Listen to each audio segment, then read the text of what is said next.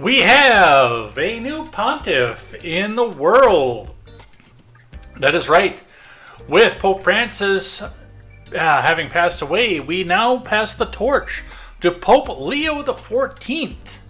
A Chicago-born. We'll talk about that and what he adds to the world as far as pizza taste. We're going to go over that, what happens there, and what we do for that. In other news, on the world front, on the front that I'm sure that you know that I want to be talking about, given the title of the program, India and Pakistan have started to pop off. There's been a large amount what's going on between the two of them. And, as a Fallout fan, I didn't think I could miss this. Trust me, I had a lot going on this week. So when I tell you right off the bat that I almost canceled the stream right now, I could not, with a clean conscience, go without talking about two nuclear powers going to war.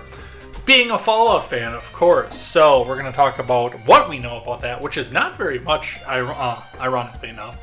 What's going on there, and some things to watch as the days go on. So we'll go over that, what's happening with that, and where we go from there.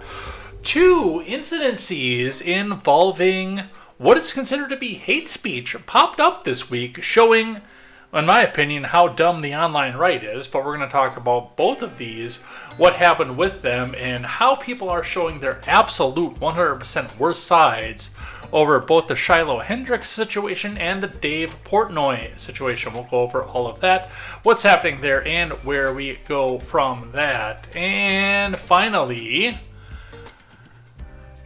as John Fetterman begins to question and state his support for Israel, the people in his party actually begin to question his mental health. Which is weird, because a lot of the people on the MAGA side are actually starting to become in support of the man. So we're going to go over what's happening with that, where we go, and what we do with that. It is going to be all of this and more on the special late night edition of Contemporary, where I can say the F word again. So strap yourselves in, find some friends, find some dinner. If you've not had any dinner yet today, what are you doing? Go get some food. I shouldn't really talk. I haven't had dinner yet either, but it's going to be all of this and more. So we will catch you on the flip side of the title card and my Shangri-La beneath the summer moon. I will return again.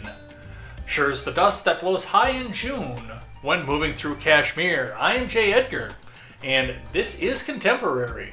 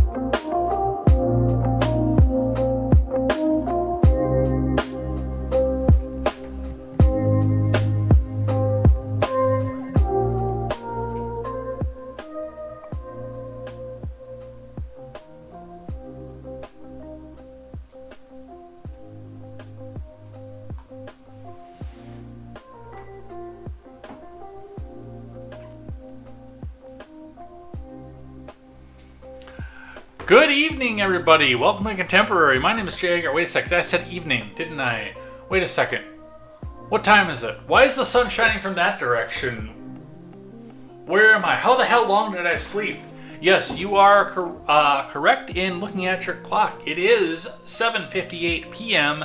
This is Contemporary.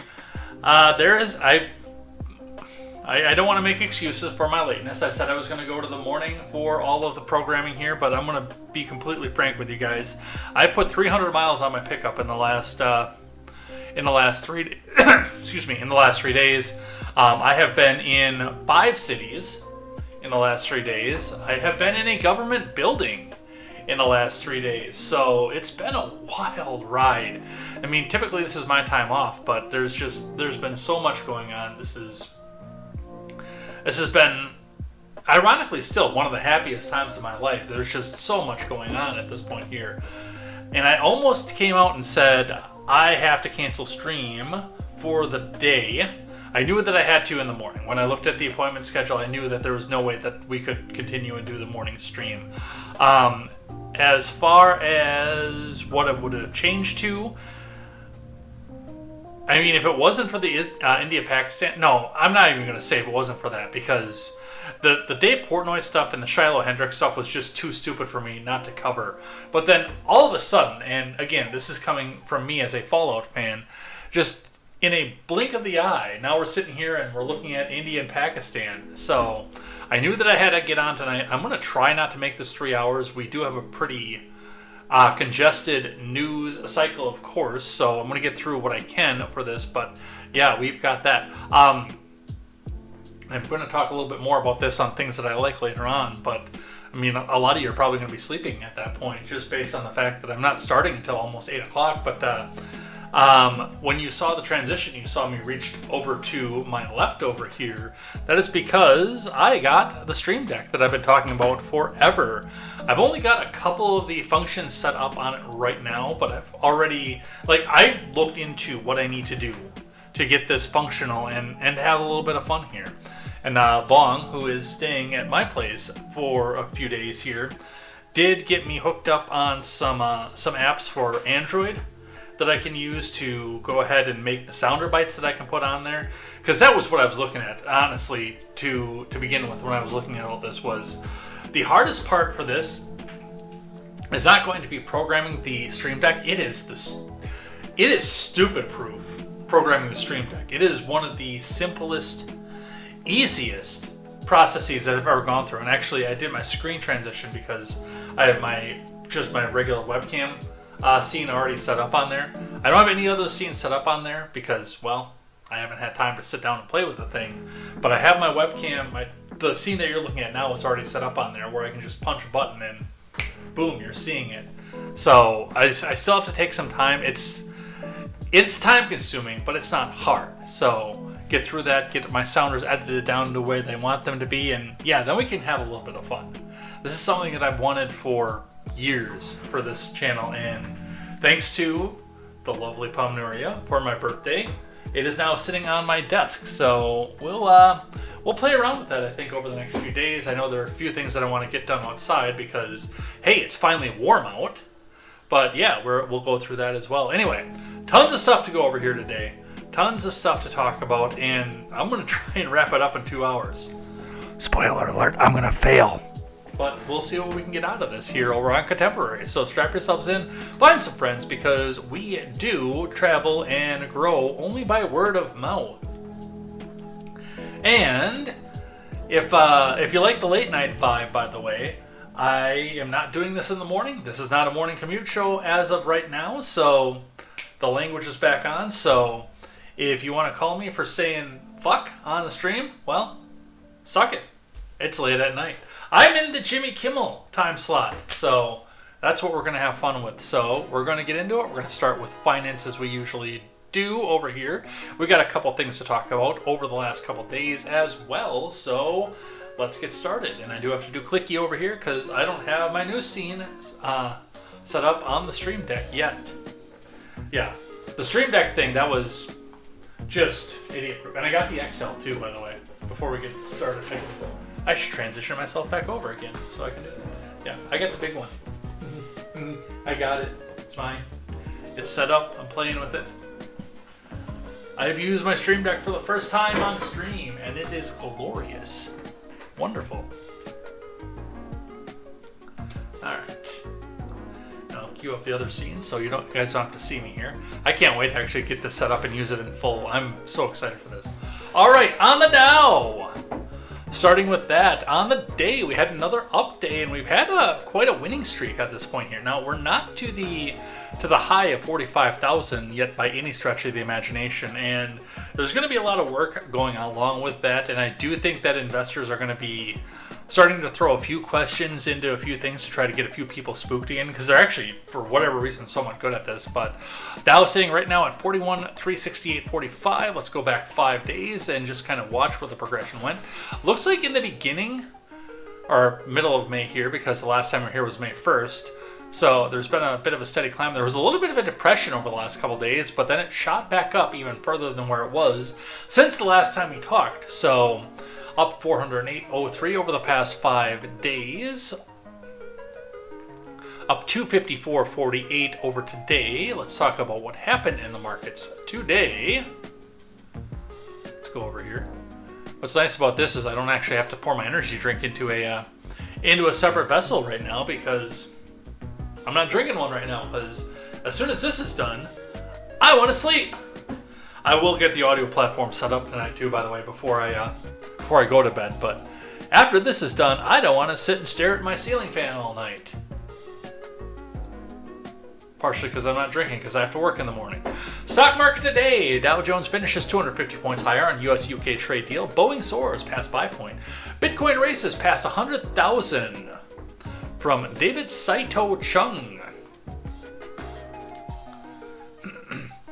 Leadership quality stocks proved a mixed bag Thursday, yet the major indices enjoyed hefty gains on the back of news that the US and UK have struck a trade deal, possibly avoiding steep tariffs that could have harmed both economies. Boeing, an apparent winner from the new agreement, led the Dow Jones Industrial Average with a 3.4 advance in strong volume on the stock market today. It's the Rumble chat up here so I can see what you guys are doing over there, because it doesn't come in the mixed chat. And I do like to watch the little number jump around on the bottom of the screen there. I know I'm not going to get the numbers I usually get in the morning, but regardless, this is going to be one for the replay. At the close, earnings were due from Toast. Yeah, Toast! That should be a sounder, by the way. I don't know what I would use it for other than the markets, but I think that would just be fun. And I love that song. The restaurant point of sale tech innovator, well, hey, asked and answered, I know what it is now. Enjoyed a 2.9% lift to 36.58 and briefly moved a cup with handle and its 36.75 pivot point, which kind of tells me that there's an upswing in restaurant visits, because I know, like Toast, they get a big bonus when they sell a point of sale, but you only sell a point of sale every once in a while to a new restaurant. So realistically, the next thing is they get a little bit of a kickback every time somebody uses their point of sale for stuff, which means that, yes, if they're getting earnings like that, then it means people are going out to eat a little bit more. It's not a perfect indicator of the economy, but it's a little one. It's one that we can watch and maybe see some stuff coming through here. Another stock reporting earnings was taser maker Axon Enterprises, which barreled 14% higher to $686.83 and closed in on the top of its new base. Axon's profit rose 23% in the first quarter to a $141 a share on a 31% growth in revenue to $603.6 million. Axon ranks number 18 in the IBD 50. I don't know why so many people are buying tasers right now. I don't know if agencies are re-upfitting or what's happening with that, but hey, we got some of that going on here. Profit taking in final hour. Meanwhile, the Dow and other indices cooled off during the final 30 minutes of trading on Thursday. The 30 stock Dow Industrials closed with a 0.6% gain of 254 to the 41,368 at one juncture. Dow jumped as much as 660 points. Daily chart now show the Dow Jones has firmly retaken its 50-day moving average, a bullish move forward, following Investors Business Daily's reporting of a day 9 follow-through day on April 22nd. The NASDAQ composite at one point climbed as much as 2.1% and headed closer to its 200-day moving average.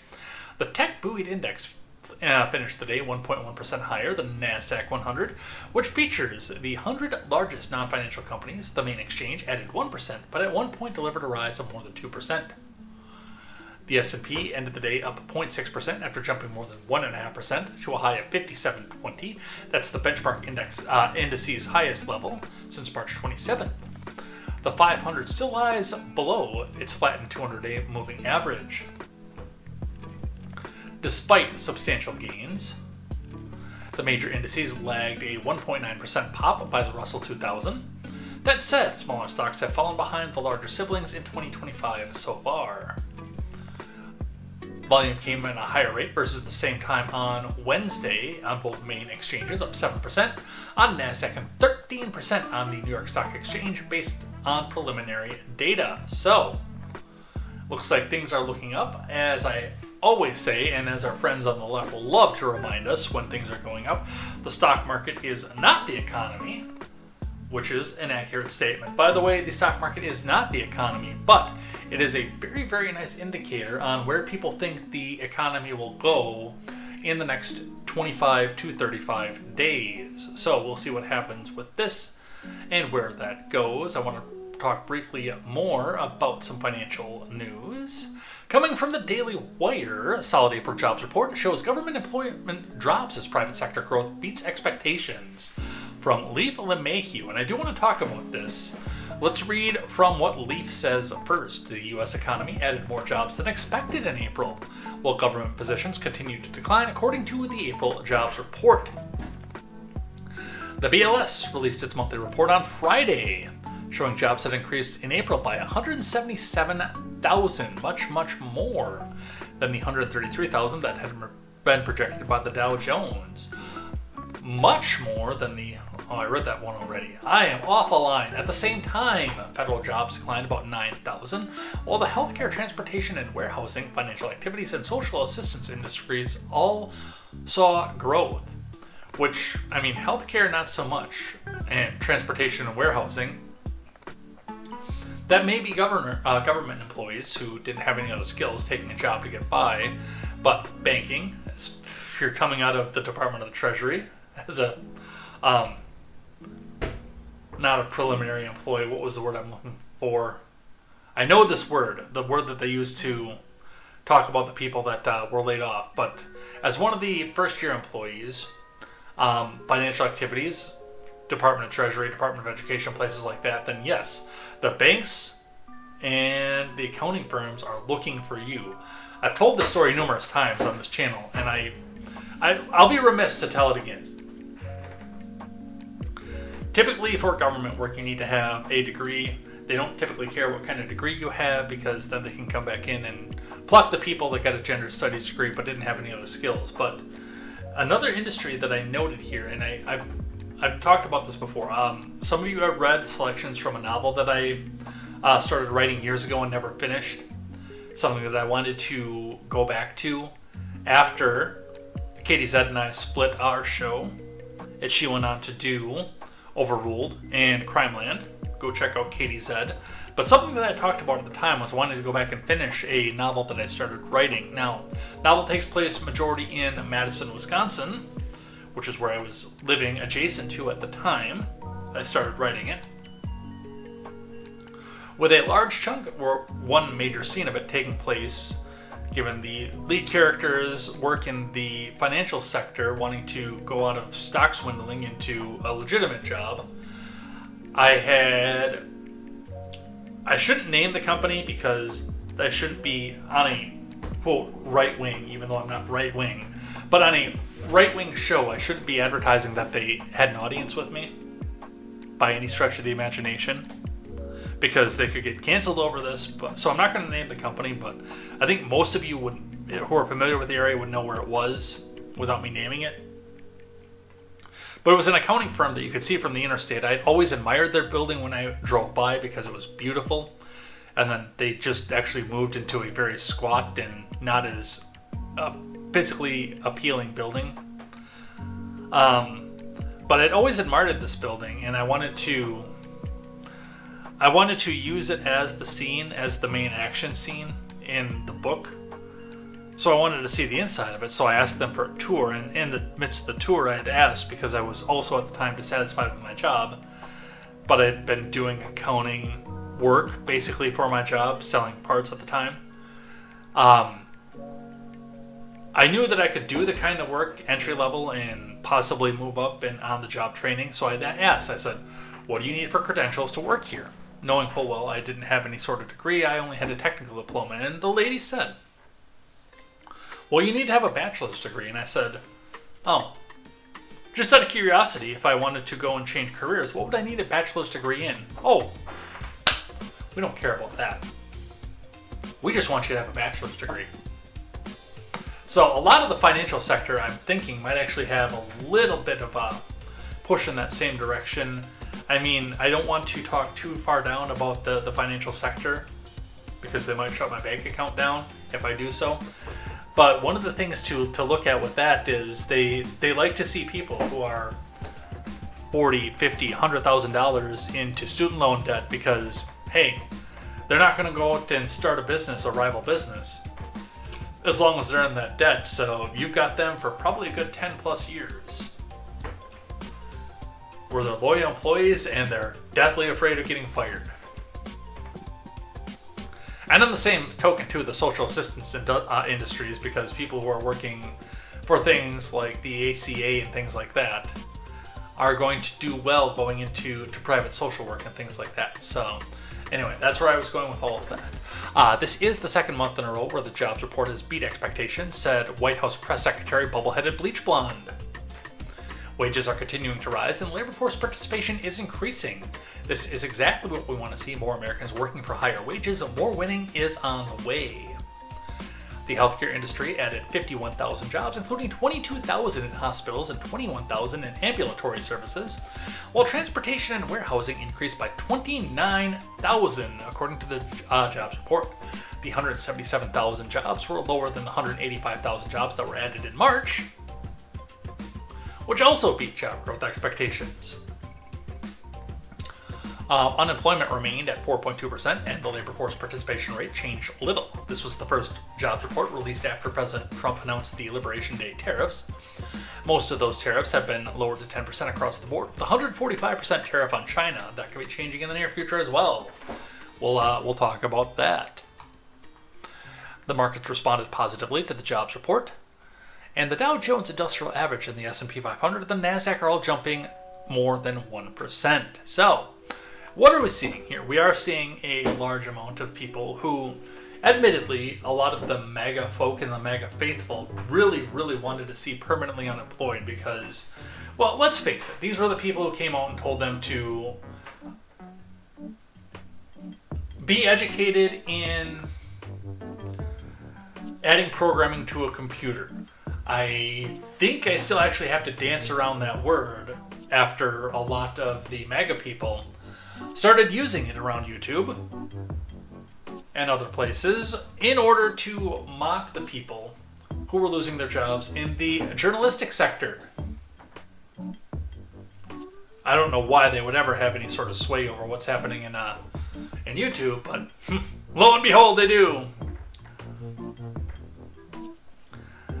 I know a lot of the MAGA faithful wanted to see these people permanently unemployed, but realistically, we do need to see them employed, and they have experience, they have education, and they have at least somewhat drive to work and go to work. And being government employees, too, a lot of them are going to have some means to move around the country and go seek out these jobs as well. So, yes, these jobs will get filled pretty quickly, especially a lot of them have been sitting open since the beginning of the Biden admin, if not before, because of the COVID layoffs and a lot of the workforce participation that followed. So I think the OnlyFans industry is going to hold some of these jobs from getting filled, and I mean, we're going to see some wage growth coming out of this, but I do fear a flooded market at some point, people being permanently laid off.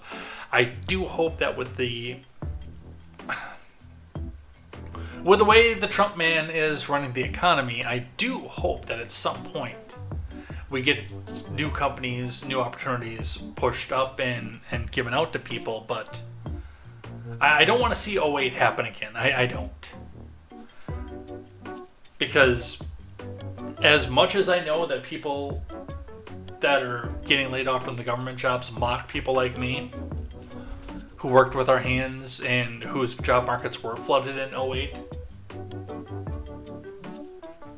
I know that's going to suck for the economy. I know it's going to suck for money passing through. And yes, it's going to trickle down to other industries. So I want to see these people get employed as fast as they can.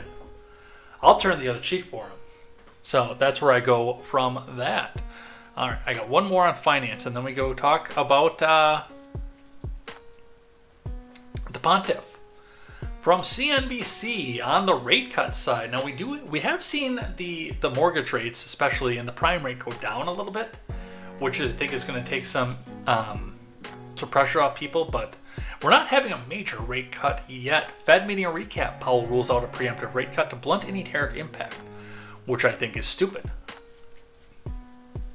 by the way, because it's going to be easier for people to come back out and start up some of these factories, or refurbish some of these factories, or create the jobs. Otherwise, it's going to blunt a little bit of that if they can't go out and get a business loan. But let's see what CNBC has to say.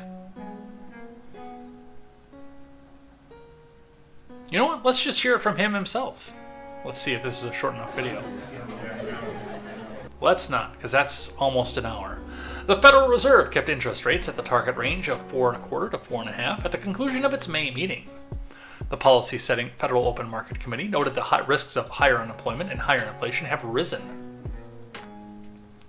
The central bank is walking a fine line. It's facing uncertainty around President Trump's tariffs and economy that shows some sign of resilience. Take April's payrolls, as well as weakness, like the latest gross domestic product report. Yes, unfortunately, we had to shrink for that, but a lot of government not productivity, but you know what I'm saying with this, is going out the window, and the private sector is going to take a little bit to catch back up, so we have that to watch. Jerome Powell knocked down any notion of taking preemptive rate cuts, as inflation is still running above target. It's not a situation where we can be preemptive because we actually don't know what the right responses are to the data until we see more data, Powell said. The Fed has been on hold since its last cut in December as it waits to evaluate the tariff impact, which I'm kind of sad that the last cut in December didn't trickle down until February because, I got my house at November's rates, and it's quite expensive. I'm not going to lie. But we'll muscle through. We can do this. All right, that's our financial news for the day. Let's talk about the Pope. Yeah, check and see if I was going to rearrange something here. Hang on. Let me shut this down for just a sec. Because this one's going to be a funny one. You can't see this one. No, I want new scene. There we go. No, not me. I swear I know what I'm doing here. Yeah, I put an X, a funny response, in the wrong spot.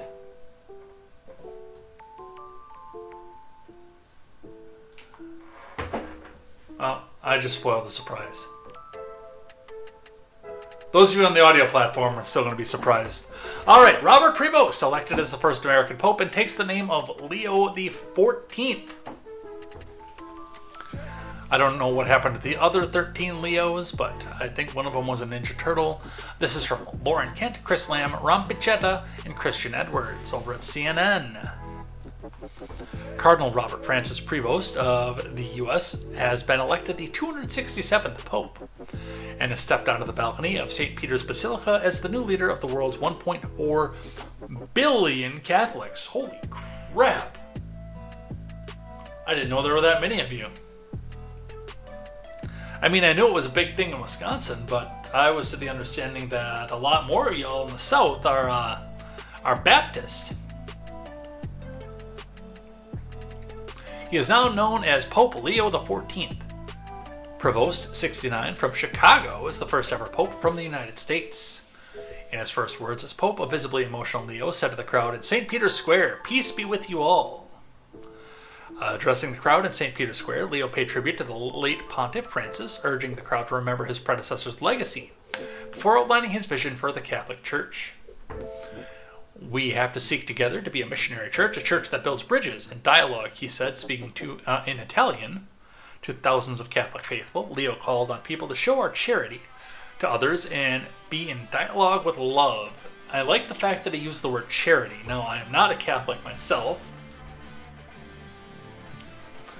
but what I will say about what he's saying here is that I believe very much in charity. Not in government charity, if you can even call it that, but because Christ said to give to your neighbor in charity, not to give to the Roman legion for them to distribute it back out to your neighbor.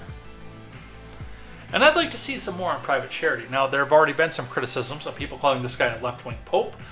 I'm going to leave a lot of that off of contemporary for right now, based on the fact that I know nothing about Home Slice here and what he's all about. I'd like to learn some more, and I'd like to learn it firsthand as I go. I don't want to take the words of people on X as my gospel.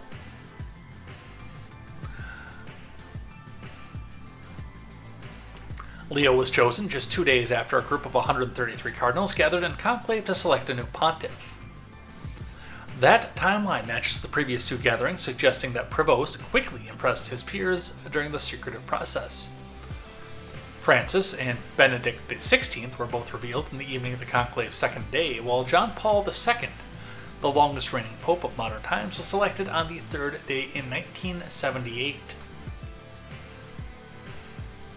I feel like I thought Benedict took longer. I don't know why. I thought his was like...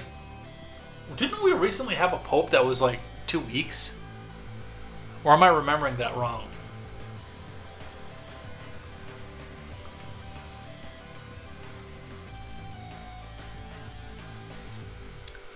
An exceptional leader, a leader with global experience, Prevost has spent much of his career as a missionary in South America, and most recently led a powerful Vatican office for bishop appointments. He is expected to build on Francis's reforms.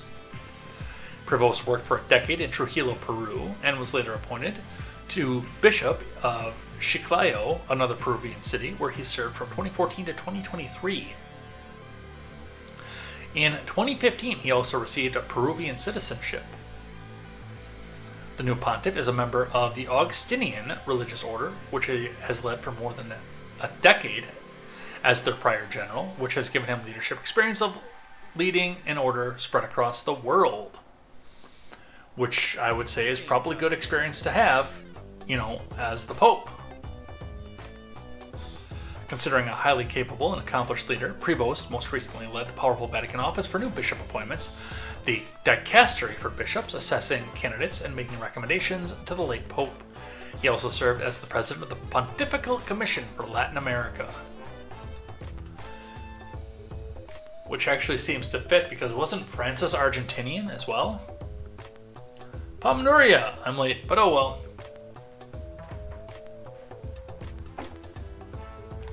While it's often said that cardinal electors would always shy away from choosing a pope from the US due to America's outsized global political influence, Prevost's long experience in Peru may have mitigated those fears among the electors.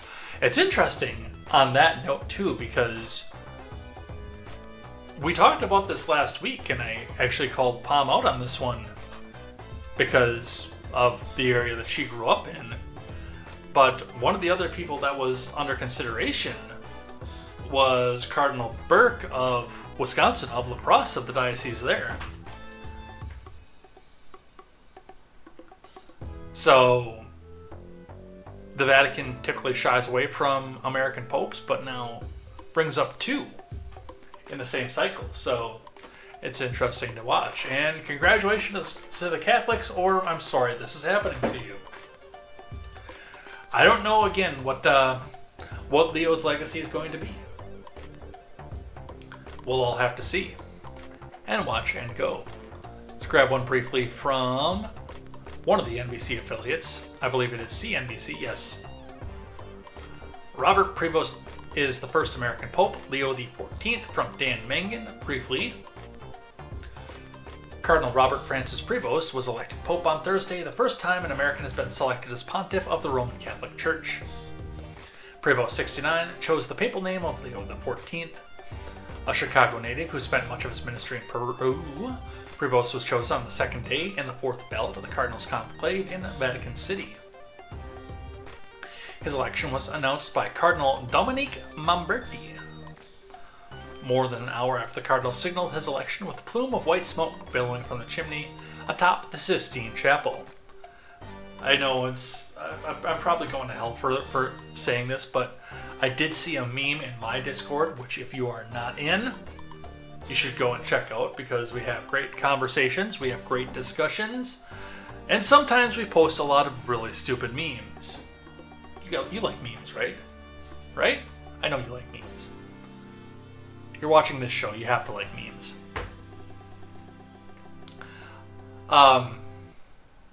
There was a meme that was posted in one of the not safe for work channels of the white smoke pouring out of the Sistine Chapel, and Snoop Dogg in a Cardinals outfit. So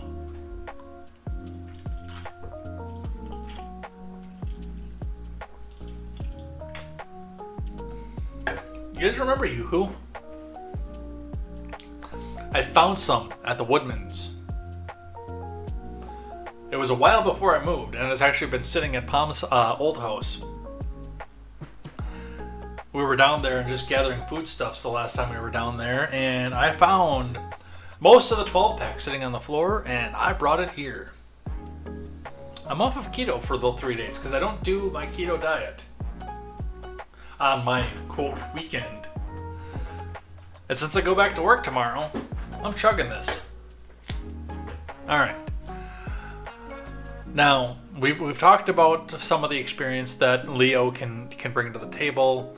The fact that he is the American Pope, his missionary work, but we do have, and yes, I gave the spoiler, so those of you who are watching on YouTube, on Twitch, have already seen this. Those of you on the audio platform will like this. Friend of the show, Right Girl Problems, though, has given us the real benefit to Pope Leo XIV. Let's read that one. Right Girl Problems, our friend Olive Swan. The benefit of having a pope who is from Chicago is now that he can introduce good pizza to Rome. There you go. And she's talking about square cut tavern style, which is barbaric, by the way. Because, of course, everybody knows that the proper Chicago style pizza is the deep dish. That's 4 inches thick. Palm, we're making deep dish next week.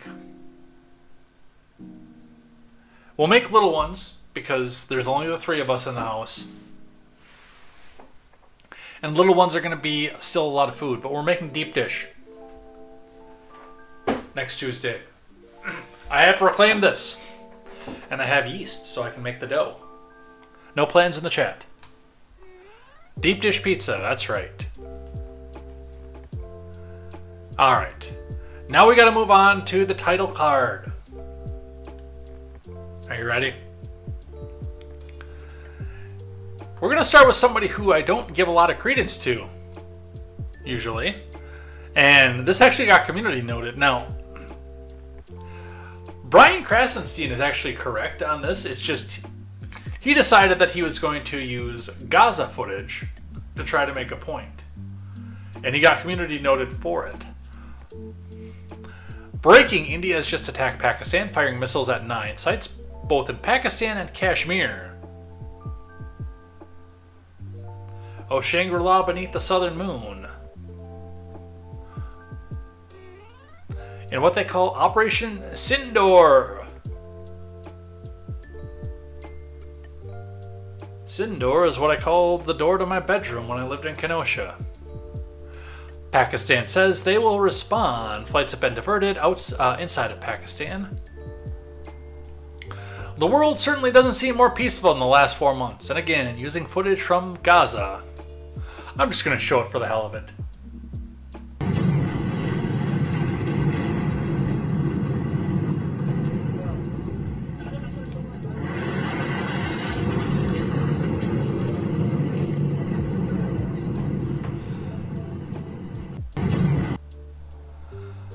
Readers added context they thought people might want to know. The footage is an old video from Gaza, not Pakistan. Ha! Ha! Ha! David Cahoon says the president's letting this happen under his watch, but will somehow blame Biden. Which Brian came back and said, if this took place under Biden, MAGA would directly blame him.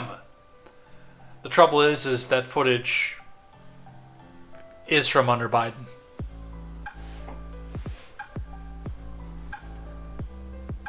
Ha ha ha ha ha ha. It's not Pakistan either, but still. Ha ha ha ha ha ha ha. From NBC News, this is a live updater. The event has ended at this point. Pakistan involves retaliation after Indian airstrikes follow Kashmir attack. So we'll look at some of the latest updates on this one, and we'll go into some regular articles for this.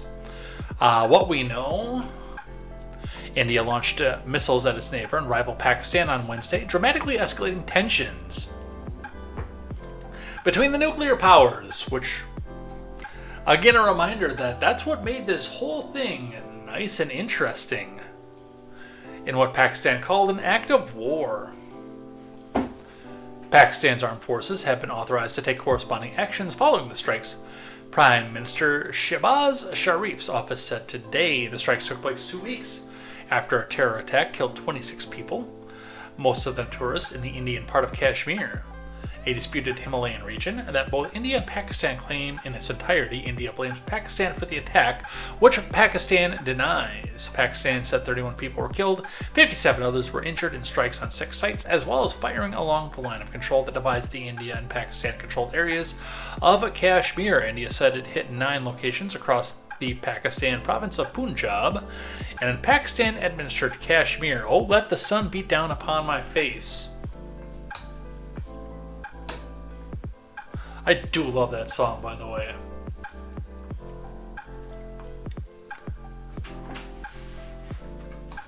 I am a traveler of both time and space to be where I have been. 1 day ago on this one, worst point we've seen between nuclear powers in India and Pakistan. From NBC News, India launched missiles at neighboring rival Pakistan, escalating tensions between the two nuclear powers 2 weeks after the terrorist attack in the disputed area of Kashmir killed 26 people. Foreign Policy Editor-in-Chief Ravi Agrawal joins Katie Tour to provide more insight on the conflict. Look briefly at this one. Joining us now, Foreign Policy Editor-in-Chief Ravi Agrawal. Ravi, why is it such a worry to see these two nations escalate? Well, for one, they have nuclear weapons. The optimistic reading is that they've been here before. They've fought several wars in 65 and 71, many skirmishes through the 90s after they both declared they had nuclear weapons. And in each of those cases, Katie, we saw that they were able to find ways to de-escalate. One of the things that worries me about this particular moment is that India feels less restrained than it has in previous years, in part because it's looking at what has happened in Israel after October 7 and saying that it too has the right to defend itself from terrorism, but also because it sees the world order as having fundamentally shifted. And it is more unrestrained than it's ever been because it doesn't see any other big power as having either the inclination or the ability to check it. So all of this suggests that India's very tough action overnight yesterday it may want to do more, but of course, Pakistan might want to respond in its own way. So this is the worst point we've seen between these two countries in at least 5 years. You're saying they feel unrestrained. What in the past has been? I want to finish hearing that because I'm probably going to have a comment for that. The restrainer. What has limited escalation? Well, for one, again, the nuclear deterrent, the fact that were they to go too far, that remains an option, an unthinkable option, but it is an option. And that has sort of pushed both sides to have some level of restraint. But the other thing is that there's long been a lot of international mediation that has taken place that doesn't seem to be happening at the same level this time round. I can give you examples. Now, I'm going to tell you what their main deterrent is, the fact that they both have nuclear fucking weapons. And they are surrounded by other countries that have nuclear fucking weapons.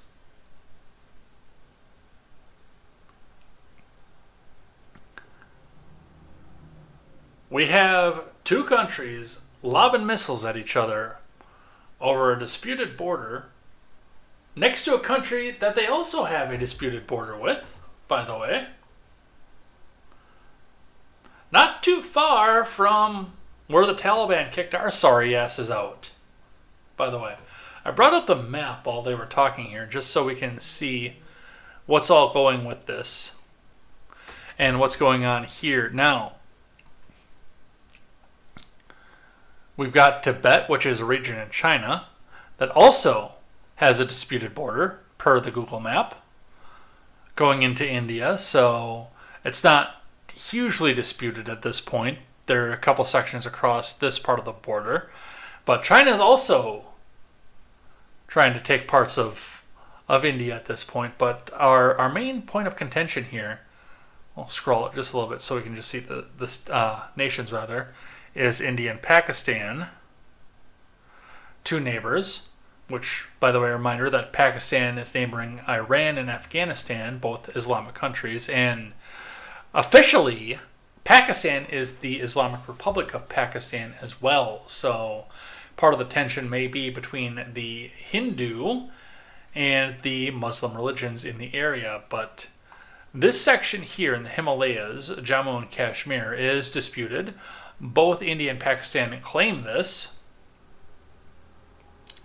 And there was a terror attack a couple weeks ago that not a lot of people even talked about at the time in this particular region. I believe they said it was in Jammu, killing a bunch of people, tourists in the area, innocents, not civilians. And yeah, I mean, there are large amounts of carve up here. Anywhere you see a dotted line, if you're watching on the Twitch or the YouTube or the Rumble, and I suggest that you listen to all three, of course, because it pushes my view count up. But anytime, you see a dotted line on here on the map, that indicates that the border is disputed, which means that it could move either way. I mean, we can scroll out a little bit and move back in and look at the borders on Crimea, specifically, because those are disputed currently. But oddly enough, Google has not added the disputed line to the Donbass region. But that's none of my business. But yes, they have nuclear weapons over in Pakistan. I guess this goes to the audio platform, so you guys might not see where my cursor is. India has nuclear weapons. China has nuclear weapons. Afghanistan does not. Iran is attempting to. And I know there's some overlap and overlay between regions of Pakistan and Iran at this point. So that's something else to keep in mind as well. And Russia also has nuclear weapons. So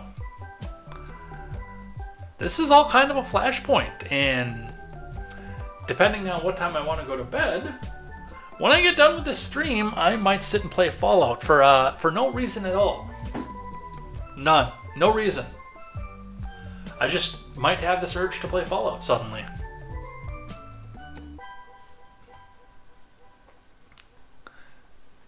From CNN, India strikes deep inside Pakistan. Pakistan claims 5 Indian jets shot down in major escalation from Sophia Saifi. Vedika Sood, Jerome Taylor, Ross Atkin, Rhea Mogul, and Helen Reagan. India launched military strikes on targets in Pakistan, both countries said on Wednesday, and Pakistan claimed it had shot down 5 Indian Air Force jets in an escalation that pushed the two nations to be on the brink of a wider conflict. India's missile strikes early Wednesday morning targeted terrorist infrastructure across 9 sites in Pakistan's densely populated Punjab province and Pakistan-administered Kashmir, it said. They came in response to a massacre by militants of tourists in Indian-administered Kashmir 2 weeks ago that New Delhi blamed on its neighbor. And again, as of right now, there is no indicator that Pakistan proper, the government, administered any of this. Palm is tired, but Palm needs to work. I get that.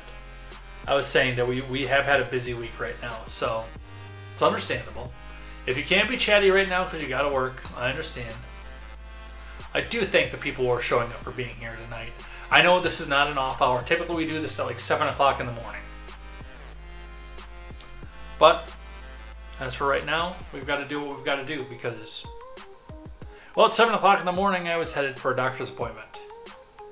Very important one.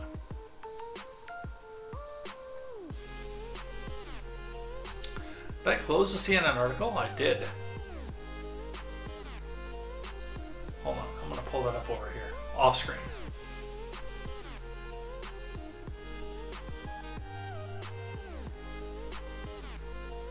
I don't know why I closed that, but I sure did.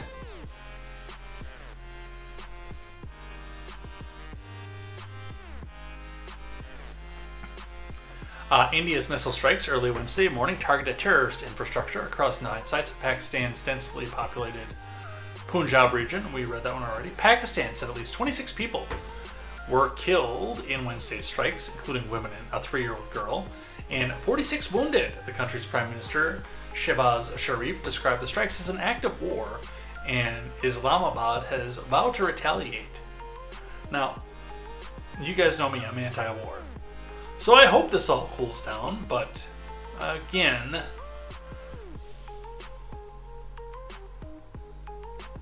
without confirmation that Pakistan proper, Islamabad, was responsible for what happened in Punjab, in Kashmir, rather,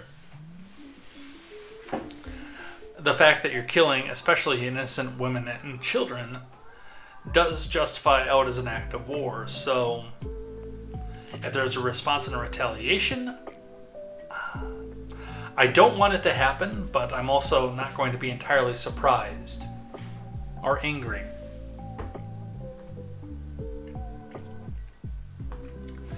From early Wednesday, the two sides have exchanged shelling across the border, with locals on both sides telling CNN they were taking shelter. A CNN journalist in Pakistan-administered Kashmir heard multiple loud explosions. A shell landed at a house close to the mosque in which 2 people were injured. Shells also hit other houses in one area and we fled from our area to a safer place, said Shakil Butt. Yeah, that's actually his name. It's probably not pronounced that way. A resident of Muzaffarabad in Pakistani-administered Kashmir. A senior Indian defense source said at least 8 people have been killed on the Indian side of the border.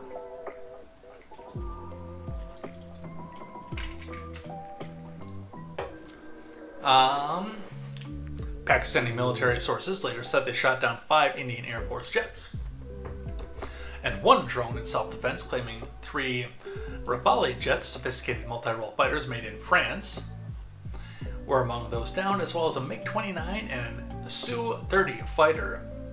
So Eastern European technology also coming into the fray. A local resident and government official told CNN that an unidentified fighter aircraft had crashed on a school building in Indian-administered Kashmir. Photos published by AFP news agency showed aircraft wreckage lying in a field next to a red brick building. Oh, dibs on the tech. But it was not immediately clear from the pictures of the wreckage who the aircraft belonged to. And that's going to be fog of war is going to be one of the things to watch for in this as well, because, well, fog of war is always a risky business to begin with. CNN cannot independently verify the claim and has reached out to the Indian government for a response at a later press conference where Indian officials said their strikes had targeted training camps belonging to militant groups. Lashkar-e-Taiba and Jaish-e-Mohammed officials did not address the claims and took no questions from the media. Excuse me. Indian jets had previously bombed Pakistani territory following militant attacks on its soil, but Wednesday's operation is the deepest India had struck inside of its neighbors since the Indo-Pakistan War of '71, about 55 years ago. The biggest of several wars between 2 countries. The situation is now obviously serious and fluid, said Fad Humayun, an assistant professor of political science at Tufts. Retaliation to India's actions will likely now be inevitable. India dubbed its military action Operation Sindoor, a reference to red vermilion or powder many Hindu women wear on their foreheads after marriage. I didn't know that. That's an interesting factoid of the day. It is a symbolic nod to April's massacre on civilians that left several women widowed. World leaders and the UN have expressed concern over the strikes and have urged restraint from both countries. The Department of State said it was closely monitoring the flare-up. So there are a lot of moving parts to this and a lot of things to watch for as we go. Now, I don't think that either country is eager to use nuclear weapons. In fact, especially given the fact that they share borders, and a lot of the strikes are originating from and going into mostly border areas of the conflict, mostly areas that are right on the border between the two countries. With that being said, and some of it's in disputed territory as well. So with that being said, I don't know that there's a lot of appetite to use nuclear weaponry because a lot of the fallout, both radiation after the fact, and even some of the impact and initial explosion does have the tendency and the ability to carry over into friendly territory and kill, irradiate, infect, and disease, as well as displace civilians and your own troops on that border.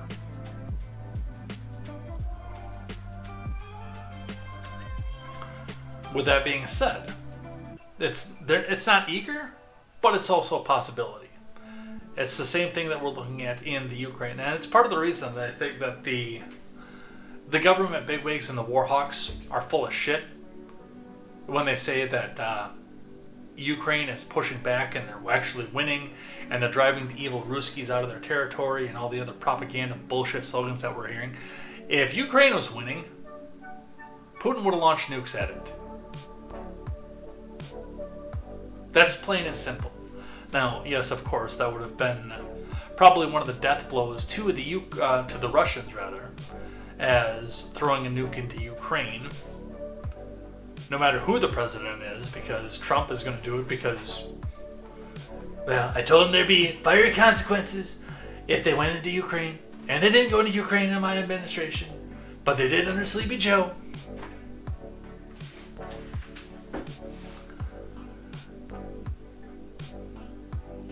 And if they go into there, then they're going to face the fire and the fury of the American military.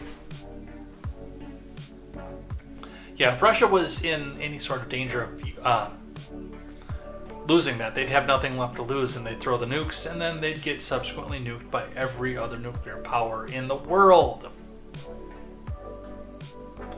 It's one of the few things that India and Pakistan would be united on, by the way.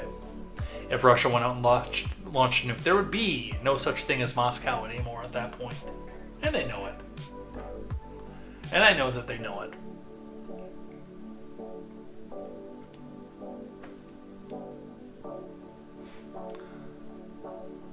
World leaders in the UN have expressed concern. We know that one.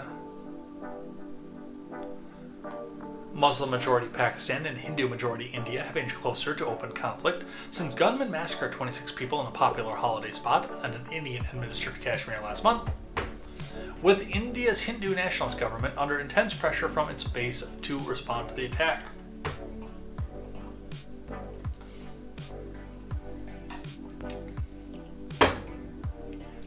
Pakistan was swift to deny any link to the attack, but in the days following, both countries swiftly downgraded ties with each other and have since been engaging in escalating tit-for-tat hostilities. Analysts said it was a question of when, not if, India retaliated. India said its strikes were focused, measured, and non-escalatory in nature.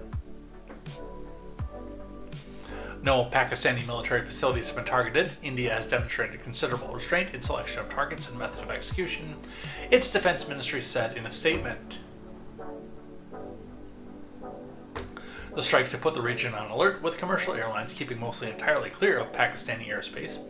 Flight tracking website Flight Radar 24 showed the airport in Srinagar, an Indian-administered Kashmir's biggest city, has been closed to civilian traffic, and several airlines have suspended or diverted flights to Pakistan and northwest India.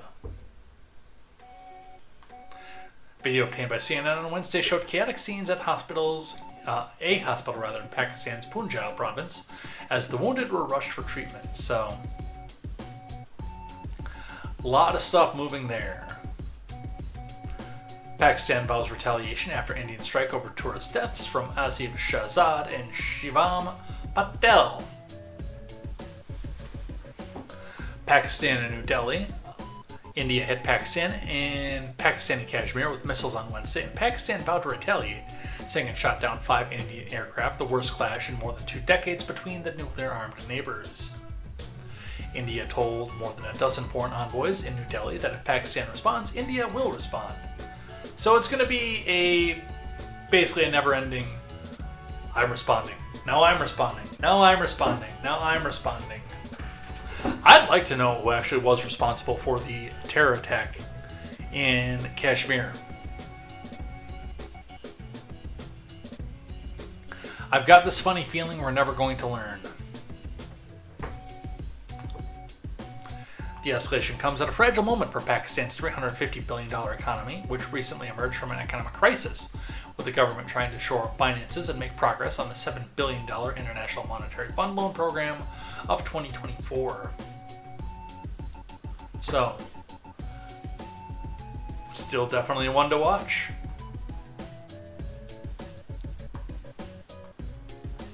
We'll do Newsweek, then I got a pair back-to-back from CNN.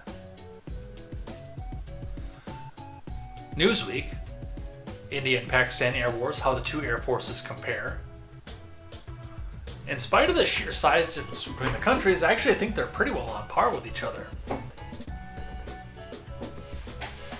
India and Pakistan, the South Asian nuclear-armed neighbors, have engaged in hostilities, including a reported large-scale aerial battle, maintaining a sizable fleet of fighter jets consisting of aircraft supplied by the US, Russia, China, and France. India, which is a key Indo-Pacific partner of the US, launched Operation Sindoor, targeting alleged militant sites in Pakistan-controlled territory in retaliation for an attack that occurred in India-administered Kashmir. We know all of this.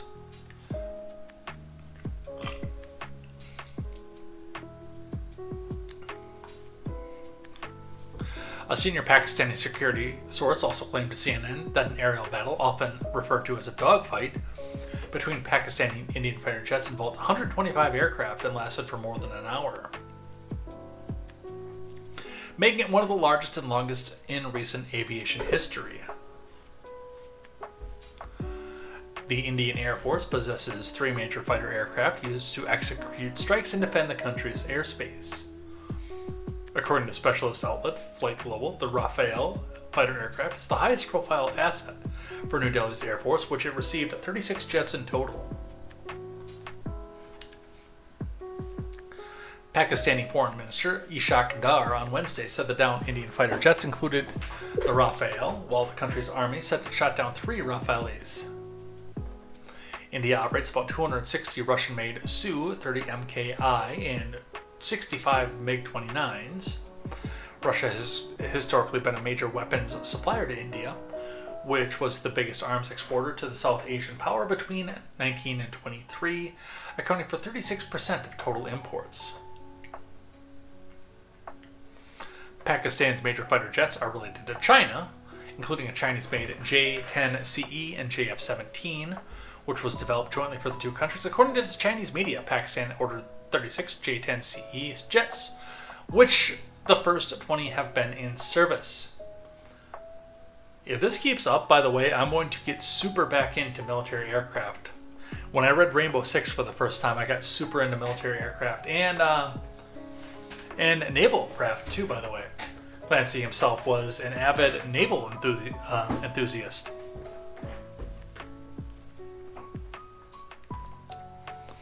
Pakistan's foreign minister said the J-10CE jets were employed to shoot down Indian fighter aircraft, and the Chinese ambassador was informed about the military action. The only issue with that, of course, is I mean, they're all made in China, so how long are they going to fly?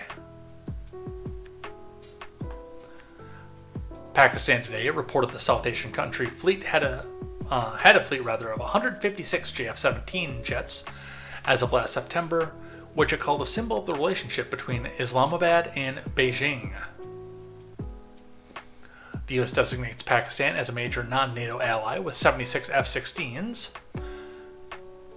Reuters previously reported that end-user agreements have limited Pakistan's use of the American jets as part of the two sides' arms sale agreements.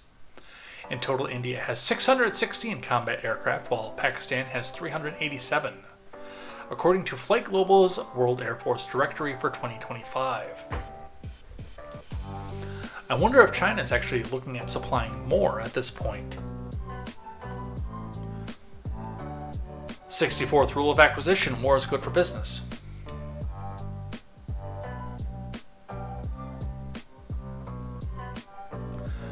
And I'm actually going to skip that one because that's going to be a lot of what we've already looked at. India and Pakistan are both claiming victory after this week's clashes. Will cooler heads prevail? Briefly from Ria Mogul and Aditi Singhal. Aditi. This week's clashes between Pakistan and India are the most serious escalation in tensions between the two historic foes in decades, with millions on both sides of their border now wondering what might come next. Despite a vow to avenge India's strikes on its territory, Pakistan has yet to retaliate in kind on India. Both sides appear to have already claimed victory, but hostilities continue. Well, if you're already claiming victory, then why would you respond in kind? That's kind of stupid. Palpable panic rocked both nations Wednesday after New Delhi launched targeted military strikes on its neighbor, while Islamabad claimed it had shot down the rival's fighter jets. On Thursday, Pakistan claimed it downed at least 25 Indian loitering munition drones across the country overnight in what is now called a serious provocation from New Delhi that wounded 4 of soldiers and killed a civilian. CNN cannot independently verify these claims and has reached out to the Indian Air Force and Ministry of Defense.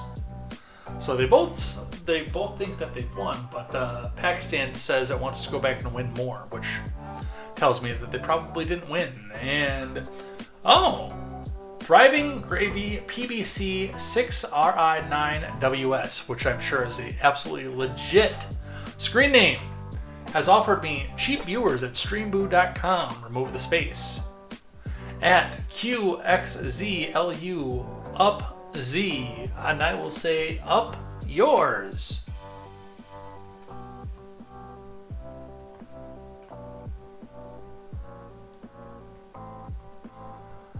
I'm not gonna ban you. I never ban. But you can sit and think about that for about 5 minutes. 10 minutes now. J. Edgar 101 timed out Thriving Gravy PBC 6RI9WS for 600 seconds. So go think about what you did for the next 10 minutes or so. If you're still here in 10 minutes, we'll talk about it. I doubt you will be.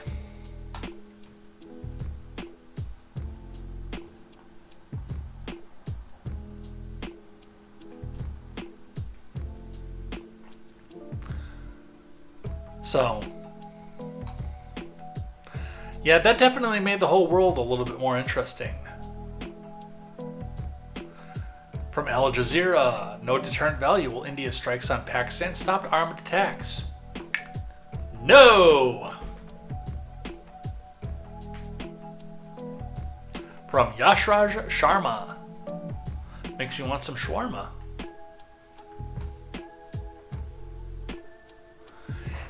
As Indian military officials took to the podium next to the country's foreign secretary at a media briefing on Wednesday after unprecedented missile strikes into Pakistan and Kashmir, a timeline of death played out on a video screen behind them. The 01 attack on the Indian parliament in New Delhi, which 9 people were killed in assault on Akshardham Temple in the western city of Ahmedabad. That's not a real place.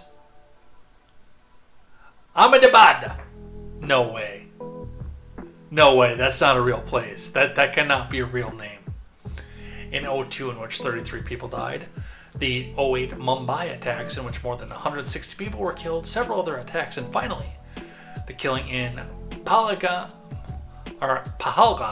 Indian-administered Kashmir, which gunmen shot down 26 people on April 22nd.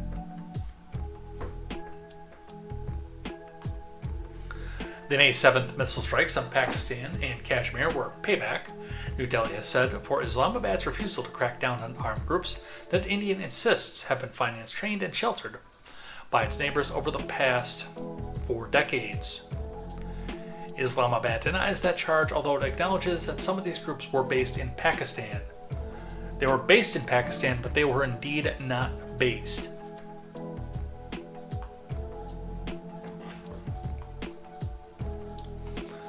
But the missile strikes were about more than retribution, Indian Foreign Secretary Vikram Misri suggested on Wednesday. The strikes, he said, were driven by a compulsion both to deter and preempt. Attacks by armed groups launched on Indian territory, Misri accused Pakistan of failing to take demonstrable steps against terrorist infrastructure on its territory or territory under its control. Yet as tensions between the nuclear-armed neighbors escalate hour by hour, with Pakistan accusing India of launching a wave of drones into its territory on Thursday, military and geopolitical analysts question whether India's approach serves as a deterrent against armed groups eager to target it. And the answer to that is, of course, no, especially if they're getting outside finance. Pick your conspiracy theory. One of you will probably be right.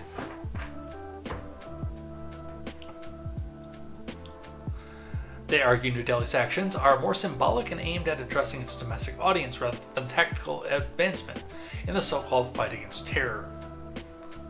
Isn't humanity wonderful? If we don't actually have something to war against, then we declare war on an idea. The war on drugs, the war on crime, the war on terror. Isn't humanity great?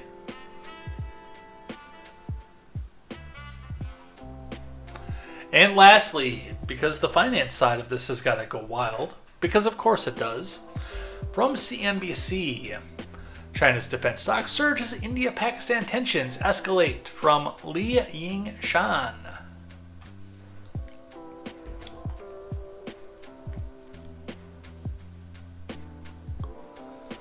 Tensions between India and Pakistan are rising, and Chinese defense stocks are surging after Pakistan's apparent use of China-made weapons to down Indian jets.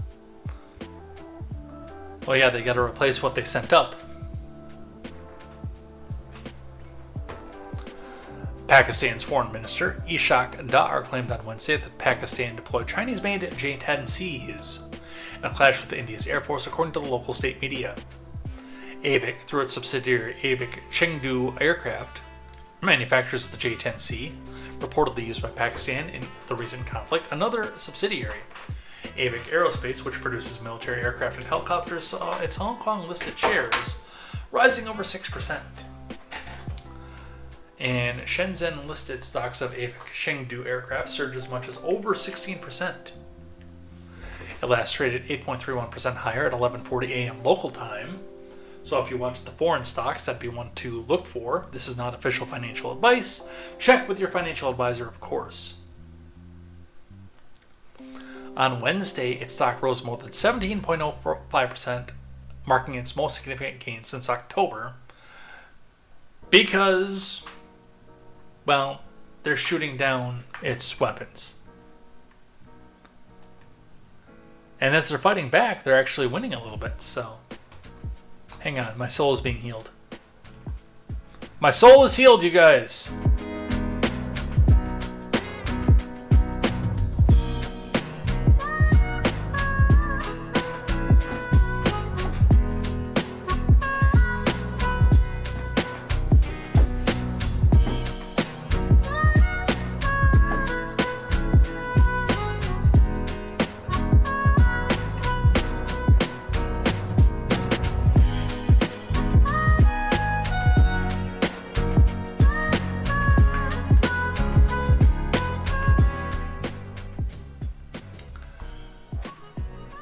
DJ Cutman wrote that with his dad, which I think that's originally his dad's song, if I understand the lore correctly.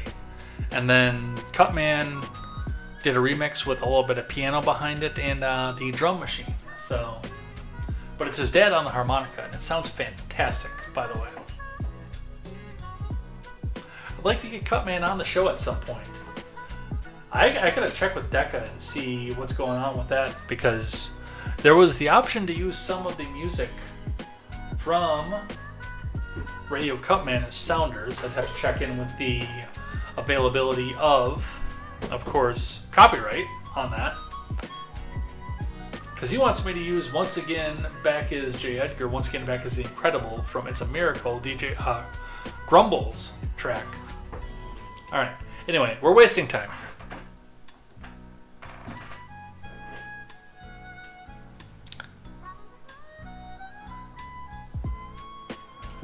But that's what we're seeing coming out of the markets for that.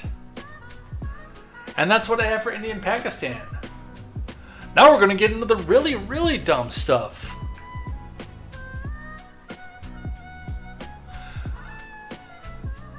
If I get the library, by the way, like I've been told that I have permission to use, this is going on a sounder and a reward for Twitch. I will figure out how to add that to Twitch as a reward, as a channel points reward, and let people hit that with their channel points. It's going to be a big number of channel points, which a lot of you have a big number, but we're going to add that. I'd like to add that as a new subscriber sounder too. New subscriber, new follower, whatever. Because I like my soul being healed.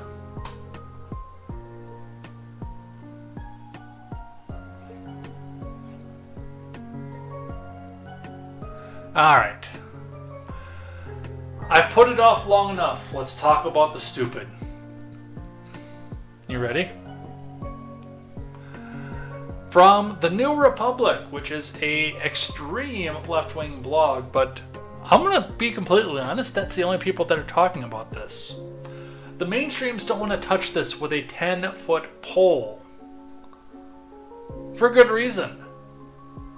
Because it's stupid.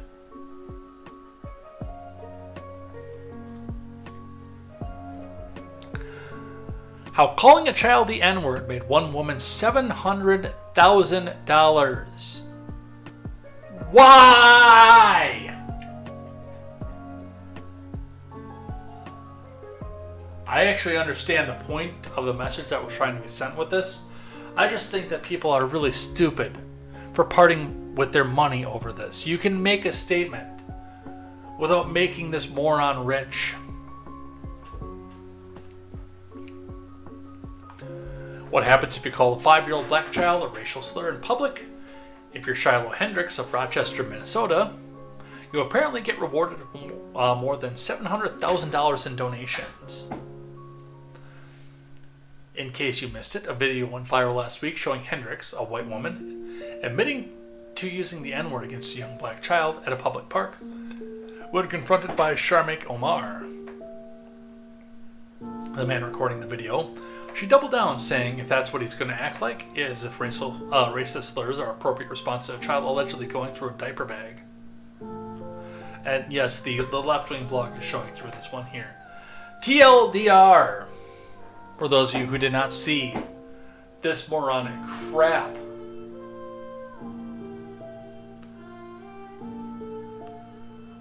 A gentleman with a large left-wing following just happened to have a camera pointed at a woman who mysteriously he knew was going to use the N-word, and then he was going to be able to distribute it. I don't buy this at face value for a second, by the way.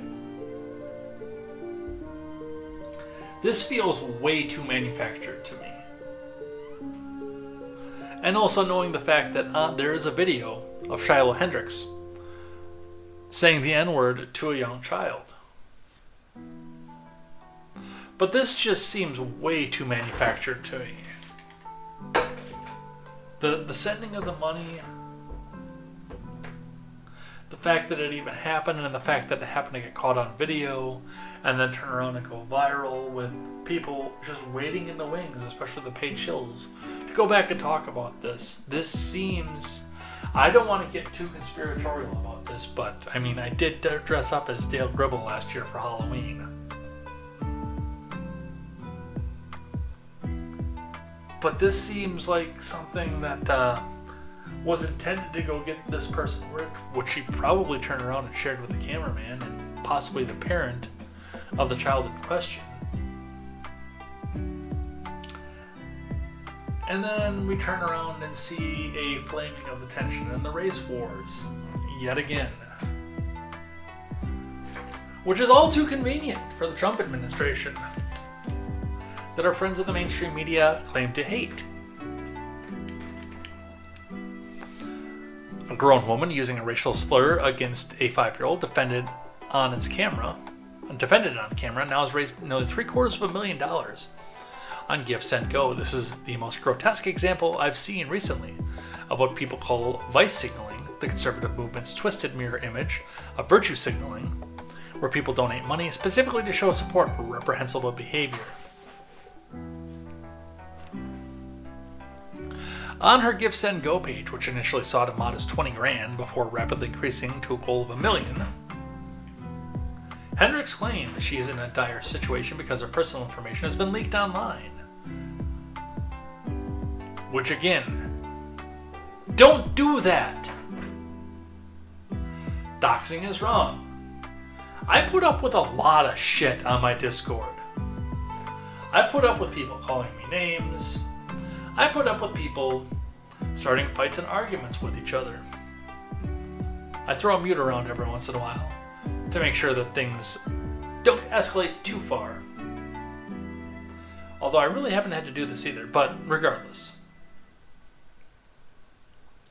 I put up with a lot on my Discord. The only thing that you can really get banned for instantly is doxing, revealing personal information, even if it's your own, by the way. I went through, there was a guy from the church that I went to when I lived down by La Crosse who did join our Discord. He has since gone a little bit silent on that, but he did join our Discord. He had his first and last name in his Discord screen name, and I changed it to his first name and then his last initial, because I'm that serious about not having your personal information out there. Because, again, and I want people to be able to discuss stuff openly without worry about it going and affecting their real lives. I didn't even know one of the users that came in the last rush of new users was a chick. Because I don't want to know your personal information. I don't.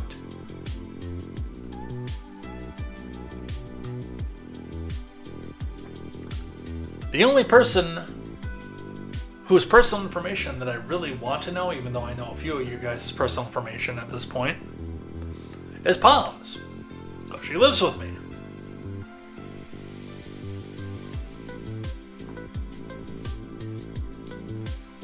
And I actually knew some of that personal information before she joined the Discord, obviously.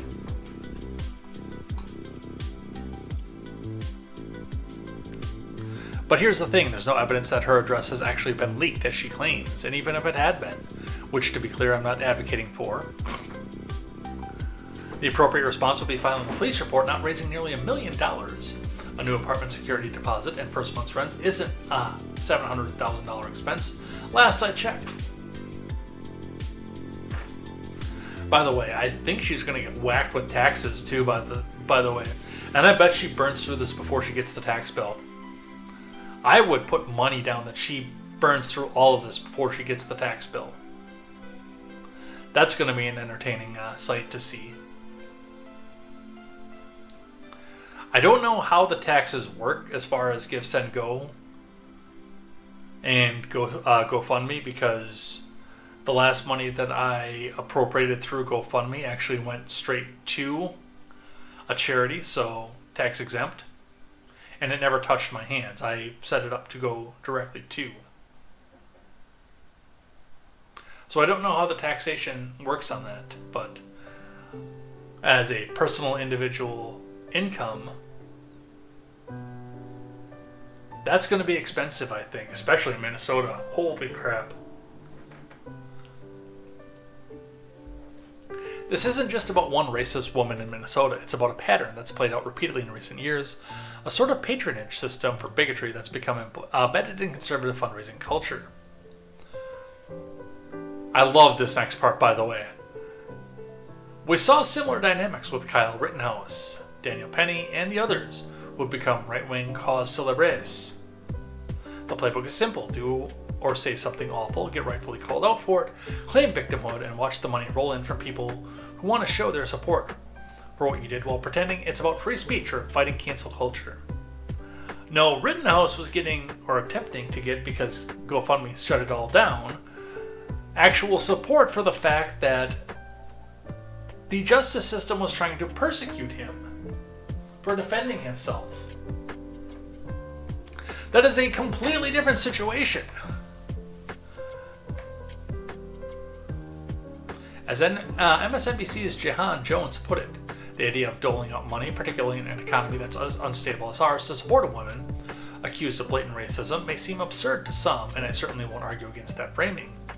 But the fact that conservatives are rallying around her speaks to the victimhood mindset that's gripping today's Republican Party. So, and I want to talk about what actually happened here, and not from a left-wing blog standpoint out for this. So, I have seen the video. For obvious reasons, can't show it on YouTube. Have seen the video. And I have a lot of questions. Like I said, the conspiracy mindset of me does want to come out and say that this was all staged to go back and do a money-making grift. But the problem is that it worked. And it worked for a lot of reasons that I would say actually initially came from the left-wing cancel culture, which is in and of itself a derivative of the Bush-era cancel culture. But that cancel culture itself coming from the government aspect of things, and a lot of big broadcast and big media and big billionaires themselves all lining in with the left-wing causes as they became the authoritarian sides of this. But, I mean, going back to this and going back to what happened with this. Now, a lot of this goes back to the Mattress Girl trials as well, and where cancel culture goes, because the idea is to make us afraid to go and step out of line, because we'll be bullied by this. And a lot of our friends on the left at this point, although I think if if social media existed under the Bush administration, it would be a lot of right-wing thirst for this as well. But it comes from the fact that we don't want to see, or our friends on the left don't want to see, a certain level of due process. They want to see trial by social media of anybody who stepped out of line. And Shiloh Hendricks herself, probably, given the fact that this went as viral as it did, was going and barreling down the road of being exactly that. The next martyr to be tried by social media because she couldn't go get tried by a state. We do have freedom of speech on our books, but still, you're going to have people calling her job, showing this video to her boss and prospective future employers. Some of this goes back to what I had said about the people getting laid off from the government jobs, where I know that they were standing there laughing at me, easily celebrating the fact that I was losing my job at the time. Because, I'm just some dumb hick in middle America that isn't as erudite as these people would claim to be. But me still not wanting to see them out and lose their jobs over this as well. Where I'm going with this is that's the point that they go to for this. If they can't come back out and issue you the death penalty, figuratively speaking, of course, because most of them don't believe in the death penalty, maybe except for people who don't agree with them politically, but to issue the death of social and sociality penalty to people who have dared to step out of line and do it on video,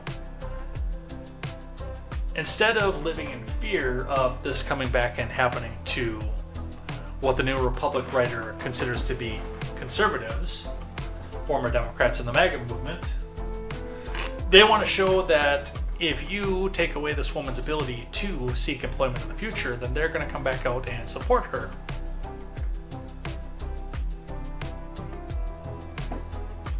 So,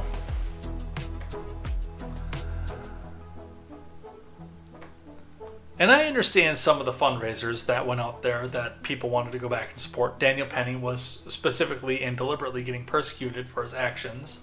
Kyle Rittenhouse defended himself.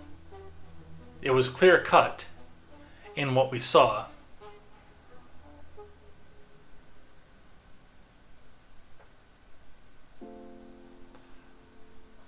But then, yeah, you see that and you see the success of this, and you open the door for somebody to go back out and say, hey, I'm going to come back and say that I'm being persecuted by the left-wing mob, and yes, people will go back out and do this. But it also leads people to go back out and do certain things because they know that they can get away with it, then they come back out and say that the wrong person is persecuting them, and the next thing you know, they're out here trying to raise millions of dollars. I had a Reddit thread on this as well. I think a lot of this is going to go the same way as the New Republic did, is, oh my God, how dare this woman say this awful word that we've banned and at which point we've given this much power to. The other problem that I have with this is the fact that because this word has been given such notoriety and such power,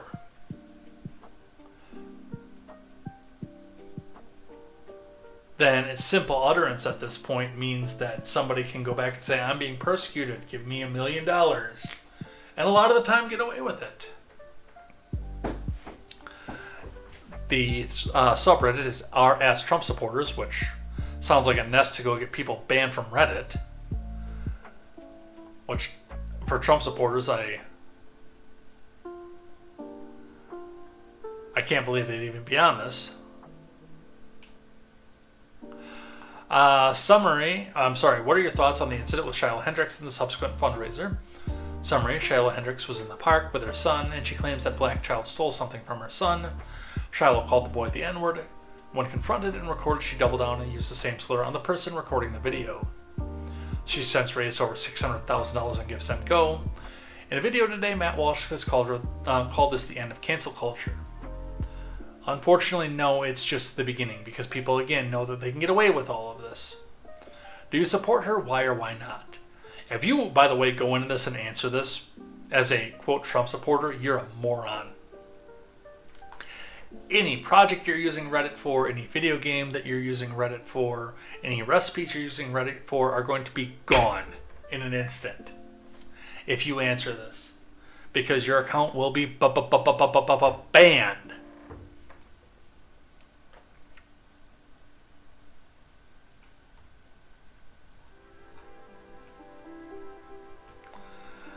But it gives rise to other things.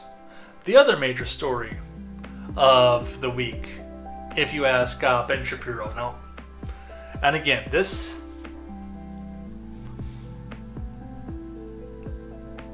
when I first heard this, the first thing that popped into my head was, this dude heard what happened to Shiloh Hendricks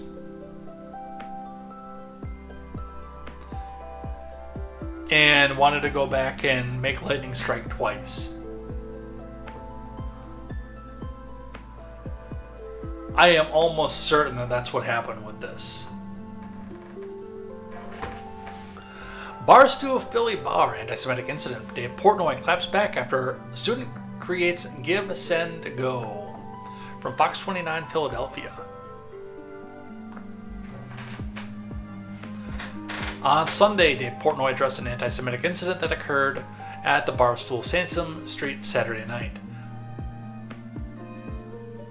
Again, this one I don't know if I can say on YouTube either, I'm not going to lie. It's ironic that we bring up Chris M. from the Discord, because one of the first things he did after he heard the podcast, he came over from the link in the YouTube channel and tried to get me to go over to Rumble, so I didn't keep saying. And Dual Helix has actually said the same thing to me.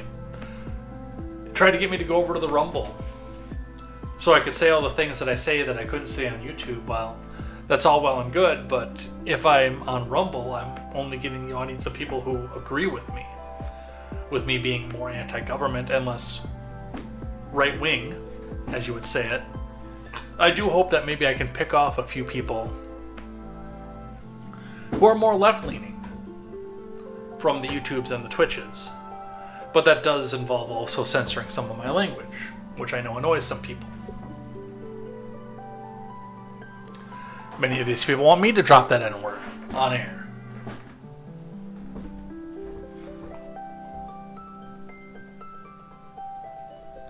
According to Portnoy, when patrons order a bottle service at the bar, signs are typically shown and displayed. Unfortunately, in a video posted to Instagram and X, Portnoy says there was a sign yesterday that said, F the Jews. Portnoy said that he got word of the incident while he was getting ready for Barstool's Bet Gala happening on Monday in Scottsdale. So, an entire country away. Portnoy reviewed the surveillance footage at the Philly bar and continued to search for answers. In an update Sunday, Portnoy said he fired the two waitresses responsible for carrying out the anti-Semitic incident. Portnoy then said he would use the incident as a teaching moment by sending the people who ordered the anti-Semitic sign to Auschwitz to learn about the Holocaust. Portnoy, who is Jewish, says he will pay for them to go and tour concentration camps. Which is, I agree with Benny Boy, one of the stupidest things you can do to somebody who's already sent the message F the Jews. That guy's not going to go learn something from touring Auschwitz. He's going to look in there and laugh.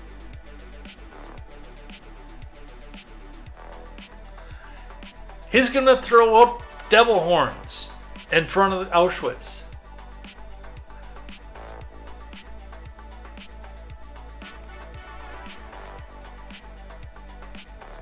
For everyone who wants these kids' lives to be ruined, I think you can lay off, and I think this is a fair expletive trade, said Portnoy.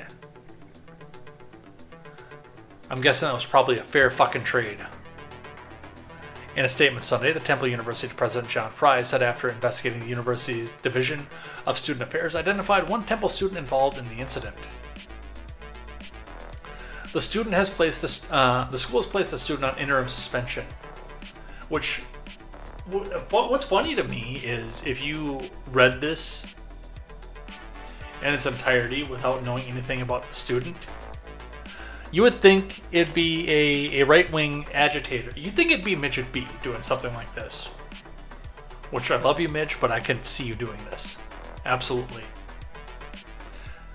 For those of you who don't know who I'm referring to, again, link is in the description, or some sort of link is in the comments somewhere on whatever platform you're watching this on. And you can go introduce yourself to Midget B himself and see where I'm going with this, but I do legitimately believe that this is more akin to the left-wing campus protests against Israel for the Gaza conflict. Hang on. I gotta let my ears deceive me here. I think someone might be here. I don't know who yet. Someone might be. Anyway.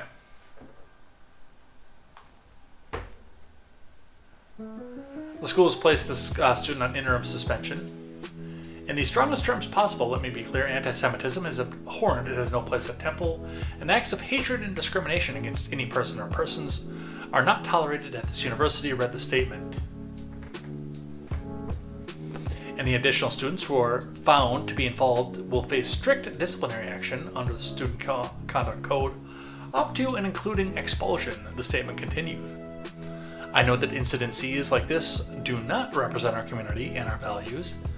Thank you for your support and continued commitment to ensuring that Temple provides safe and welcoming environment to all its students, faculty, staff, and neighbors. Which is wild.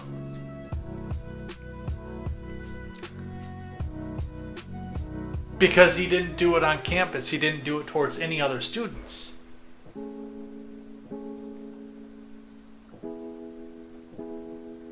The crime itself wasn't against Temple University. I actually don't think that they were right to go back and take the action against the guy. But I think that, of course, they heard somebody making this abhorrent behavior who was associated associated to the school, rather. So by association, they don't want him to be on their student roll. On Monday, the Temple University Students Fraternity, Kappa Delta Rho, posted a statement on their social media saying the alleged actions of one of their members do not reflect their values or characters. And again, sitting back here, nothing to do with the school, nothing to do with the fraternity. But people are running up and trying to distance themselves from this.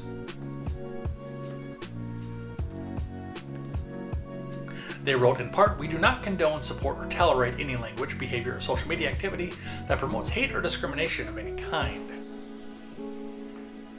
In a turn of event on Monday, Portnoy has revoked the paid trip to Poland specifically for the student involved. Because I think he figured out what it was that I was just saying. The Barstool Sports creator then took to Instagram stories to say that though he spoke to the student on Sunday, who says he took 100% responsibility for the anti-Semitic sign, the student has since done a 180. Portnoy then posted a screenshot showing the alleged student's post where they do not take accountability for the incident. In retaliation, Portnoy has revoked the educational trip, which was meant to highlight the history of the Holocaust. Whatever ramifications come his way, he is 100% earned and deserved. Portnoy wrote on the Instagram story, which kind of tells me that he took some pressure and some heat for this one from somewhere. On Tuesday night, the suspected Temple student spoke out to share his side of the story in a video posted X, formerly known as Twitter.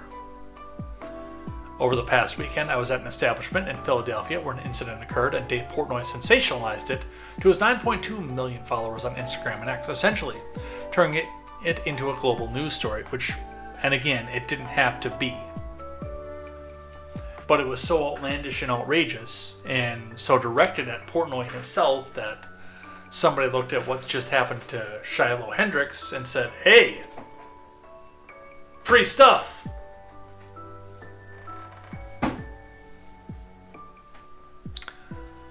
The video starts, "Although I had nothing to do with the sign coming out, nor do I know who did it. I know that the sign was provocative because it reminded people of a lot of unjust things that Israel's doing around the world, thus leading me to report on it. Dave Portnoy and his friends can choose to be triggered over the sentiments of that sign and even kick me out of the establishment forever. However, they have no right to destroy my life over free speech and ultimately something that was an edgy joke." So it kind of sounds there like he flip-flops on whether or not he wants to claim responsibility of that. The 21-year-old then goes on to say, "Frankly, they're more worried about destroying and uprooting me than the thousands of people getting destroyed and uprooted in genocide. You're not making a really big case for yourself not being responsible for this, by the way, home slaves."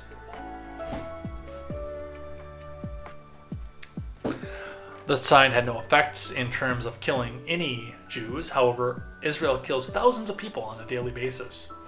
Portnoy and the greater Jewish community are acting as if they're the victims this whole time. I am the victim. By the way, this was in the midst of major conflicts and threats of retaliation between two nuclear superpowers in southern Asia that have been at war for 50 years. This was the top story that Ben Shapiro talked about yesterday. You know why.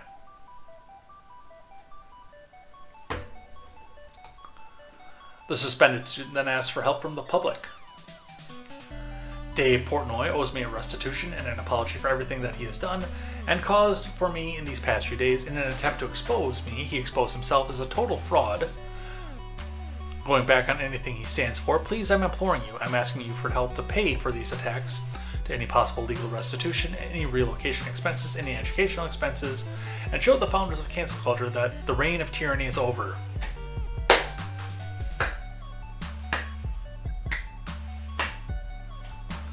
Now, luckily, the people who would come back and support this, we'll talk a bit about this later, ethnicity-wise, are a lot of money from giving it all to Shiloh Hendricks. So the fundraiser goal of 25 grand, and as of Tuesday, it's raised over $6,500. So, but again, this did not need to be a major story. Temple University student defends anti-Semitic incident at Barstool Bar. We'll hold this one off. This is Mo Khan, by the way, identified himself as the Temple student who posted a video Saturday of a woman who appears to be a serpent at Barstool Sansom Street in Center City, holding a sign bearing an anti-Semitic message.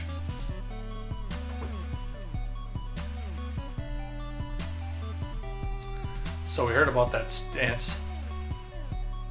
And here's Portnoy's one of his responses to this. Let's listen. All right, so I just dragged my ass out of bed because I gotta show you this guy. Mo Khan just made this video. Mo Khan is the guy who went to the Barstool Bar in Philly and uploaded the "Fuck the Jews" sign to Instagram.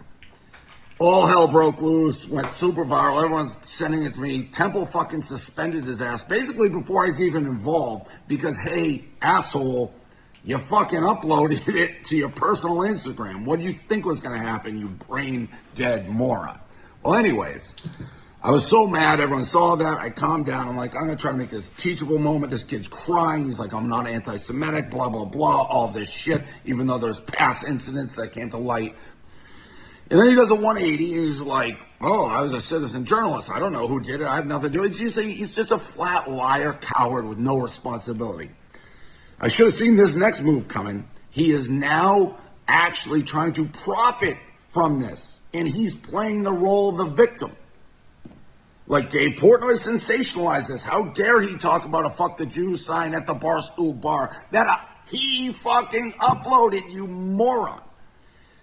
And maybe everyone's right. Well, like, you can't talk to these kids. And he's just so stupid. Like, zero accountability. Blaming it all on me. He's like, I've lost an internship that I work hard for, and I'm suspended from school. Buddy, you upload a "Fuck the Jews" sign to your personal Instagram from my fucking bar. And you're blaming that now on me? And by the way, spare me. This is so obvious playbook. Spare me what's going on in the Middle East. Palestine, Israel, because I admit that's a fucking horrible situation, and I certainly get both sides in that. I do. I don't have answers on how to fucking make everybody happy out there.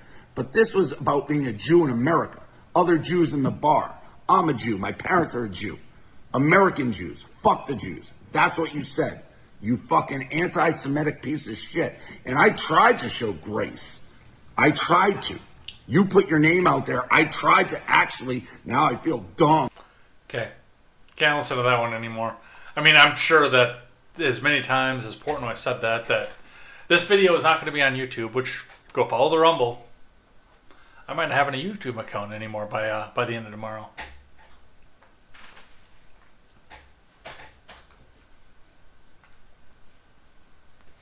Also Tuesday night, Khan appeared on the internet show Stu Peters Live to defend his actions. Peters is known for promoting anti-Semitic beliefs and misinformation about the Pinko-Pox pandemic. Khan said on the show that he was trying to raise awareness about the Israeli military's actions in the war in Gaza. The propane banner Khan showcased in his initial video attacked Jews, but did not mention Israel or its policies. Many Jews have expressed their opposition or concerns about Israel's actions in Gaza. That was an editorial message put in by NBC. It was clearly provocative because it reminds people of what Israel's actions are doing across the country, Khan said. So I recorded it, uploaded it, and didn't expect this much backlash.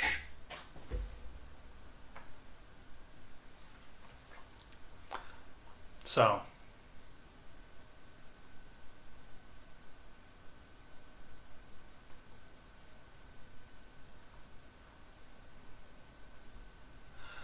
and Dave Portnoy coming out here as well with the GoFundMe. The GoFundMe is straight from the Onion or the Babylon Bee. Dude uploads an anti-Semitic video to his own Instagram, like a brain-dead moron, is now playing the victim. What a world. And what got me interested about this and kind of changed and shifted my mind off of this, because at first I thought it was just going to be some crazy trust fund white kid who found a way to go back and grift and make a whole bunch of money, Shiloh Hendrix style. But what really got me thinking about this was the fact that, and I don't know anything about this kid's background, what he's doing with this, but I mean, his name is Mohammed Khan. So I can't make an assumption as to why he is taking the Gaza side on this, but I know a few more people who might be more racially motivated than I am who probably can express their opinions as to why he took that particular side of this argument. Once again, dancing around YouTube TOS, even though I think Portnoy screwed me over on this already by me playing his video. I don't know. Alright, let's talk more about foreign policy. Because wasn't that fun the first time? From the BBC, Ukraine labels Russian ceasefire a farce after it reports of hundreds of violations. This is not going to end. Well, it will end when the US stops sending support over there. But both sides of this entire thing are going to go back and find another excuse to keep the tensions and the violence going.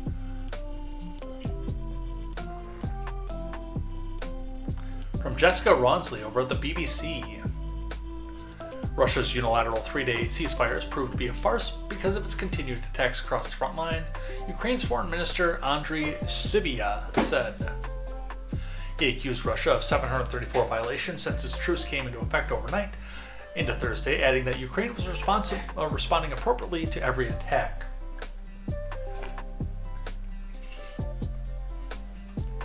Russia's defense ministry insisted the ceasefire, called by Putin to mark World War II Victory Day, was being observed and accused Ukraine of 488 violations. Sounds a lot like, you, no you, no you, no you. Also sounds completely predictable at this point. At least one person was killed in Ukraine's northern Sumy region following Russian strikes, according to the emergency services. Ukraine's Air Force said there had been no drone or missile strikes in its airspace overnight as of 0800 or 0500 GMT local time on Thursday, although Russia had intensified strikes using air-guided or launched glide bombs in the Sumy area. Buildings were hit in a residential area of Bilopilia, a town in Sumy just south of the Russian border. Rescuers freed a woman trapped under rubble, emergency services said. Ukrainian military spokesman Viktor Trehubov said there had also been Russian military assaults in several eastern areas after the Russian ceasefire officially came into force midnight Moscow time, 2100 GMT on Wednesday. Kiev has rejected Russia's truce, because of course they have, with Volodymyr Zelensky calling it a theatrical show designed to protect Moscow Victory Day parade on Friday. The Ukrainian president has reiterated calls for a longer truce of at least 30 days. He might be the only person doing anything sane at this point.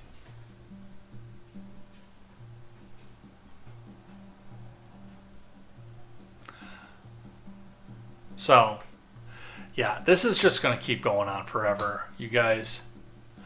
I don't know why anybody actually expected something different out of any of this, but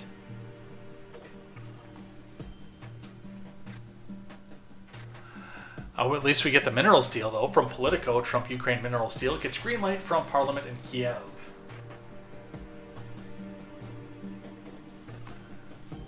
I might skip a lot of the rest of this here because, I mean, we got the big stories done. I'll say that.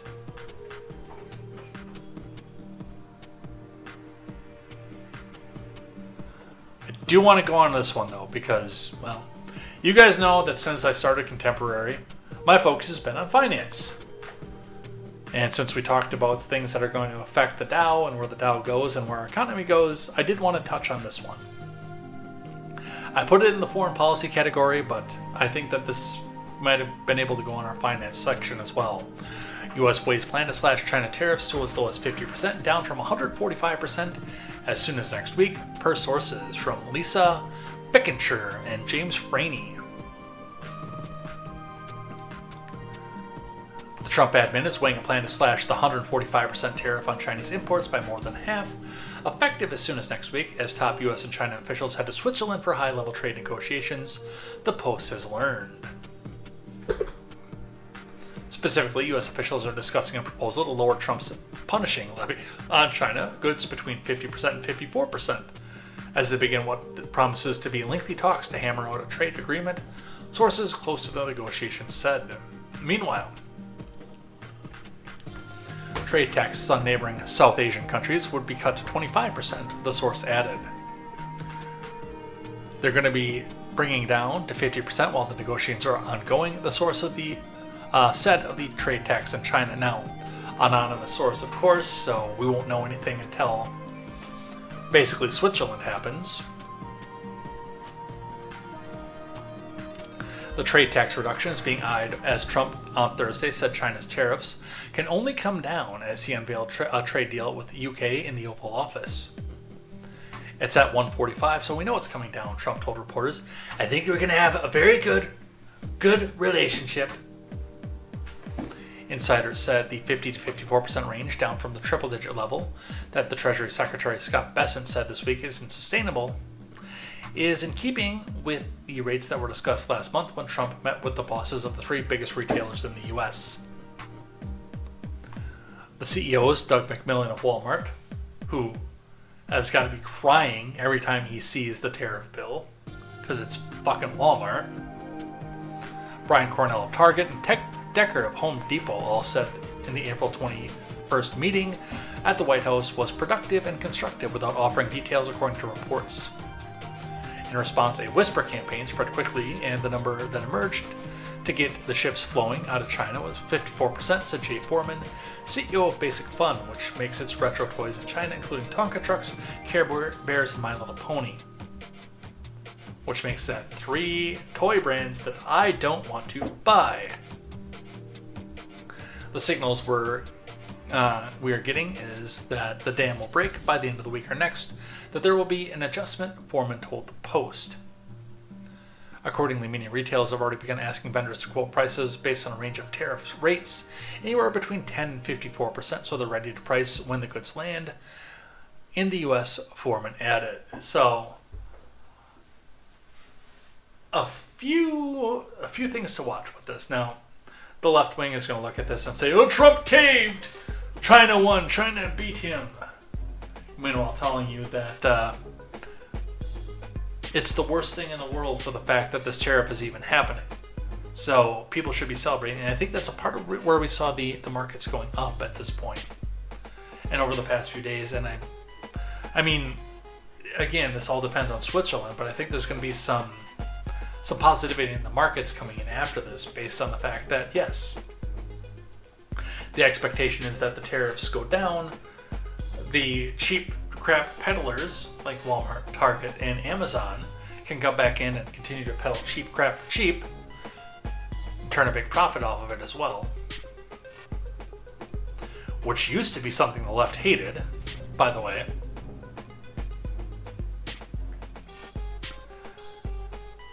And hopefully American consumerism comes back and gobbles it all back up. But realistically, I mean, it all comes down to Asian politics and the way that things work in Asian countries. Now, you can go back in and France, grab a glass of wine with the French and hear a little "oui, oui, ho, ho, ho" for hours on end while you sit back and negotiate prices in very, very good faith. That's not how it works in Asia. Where in Asia, if you go back out and don't come back and respond in kind and just back down, that's insulting to them. So we went in with the big ask. We said, hey, we want to raise your tariffs to this. China says, oh, no, we raise even more. And then Trump goes, we'll raise even more. Do you want to keep going with this? I got all day.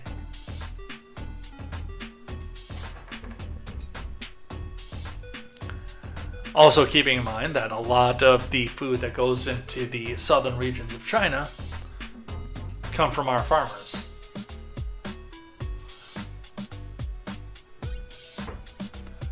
So you go out, you give the big ask, you wiggle over it, you actually put things in place for a little while to remind them that, hey, we're not fucking joking here. And then now we come to some sort of an agreement. So, where this goes, again, we're not going to know until Switzerland happens. And while I would rather see a continuation of this, because I would like to see more of our manufacturing coming here,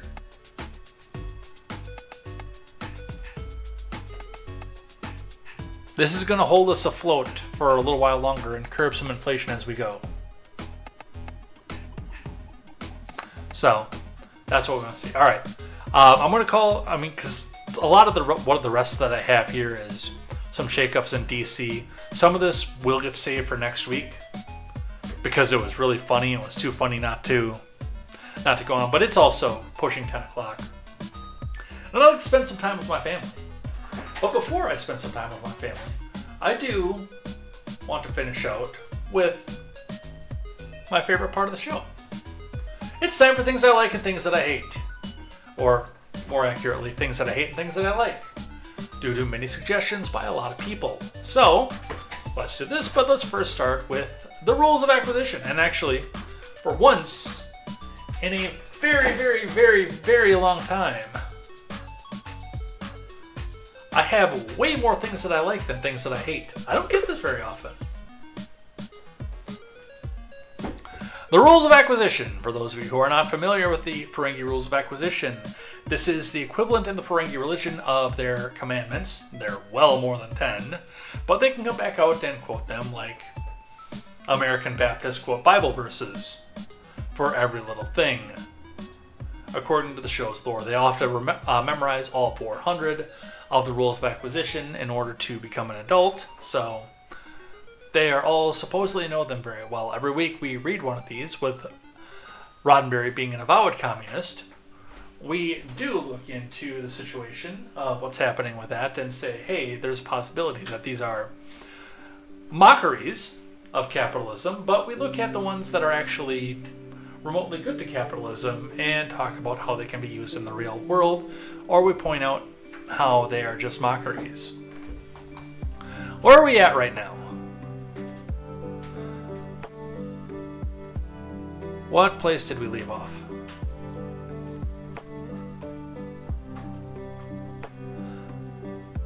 Expand or Die, we did that one. 98th, that's what it is.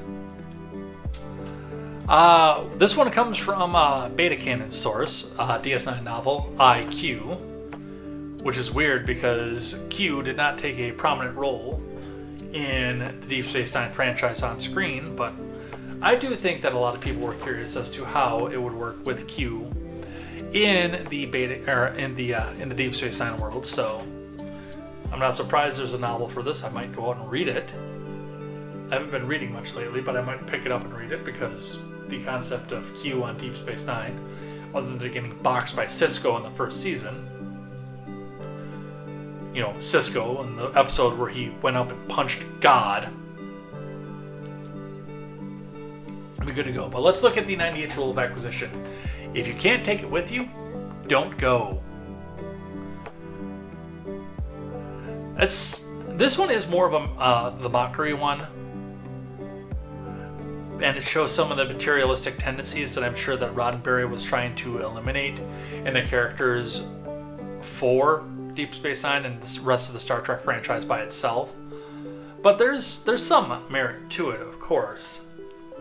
I mean, if you've worked to build your influence, your business, then you're going to want to be able to come back out and do it again. Now, I half agree with this to an extent. This is something halfway that we can use in our real life. Because yes, you've got your influence, you've done great things with your life, especially if you've been successful. But one of the things that I noted as well, especially with the experience of my own life, is that trying to drag everything with you that you have acquired throughout life can sometimes hold you back. Now, I lost everything when I lived in Kenosha. Most of you guys know this. Job market sucked. I was probably 4 months behind in rent. I was renting from an individual private party, so she worked with me, and I've been friends with that family for a very long time. And every dime did get paid back after the fact, after I moved. But I lost everything, and I basically moved into my cousin's basement after that, which, I mean, him living on a campground on top of that was a little bit hard for looking at insurance rates, car loans, etc. as well on any of this, but I digress on that. But moving into the small space, which was partially furnished at the time, it was smaller than where I was living at first, on top of it all.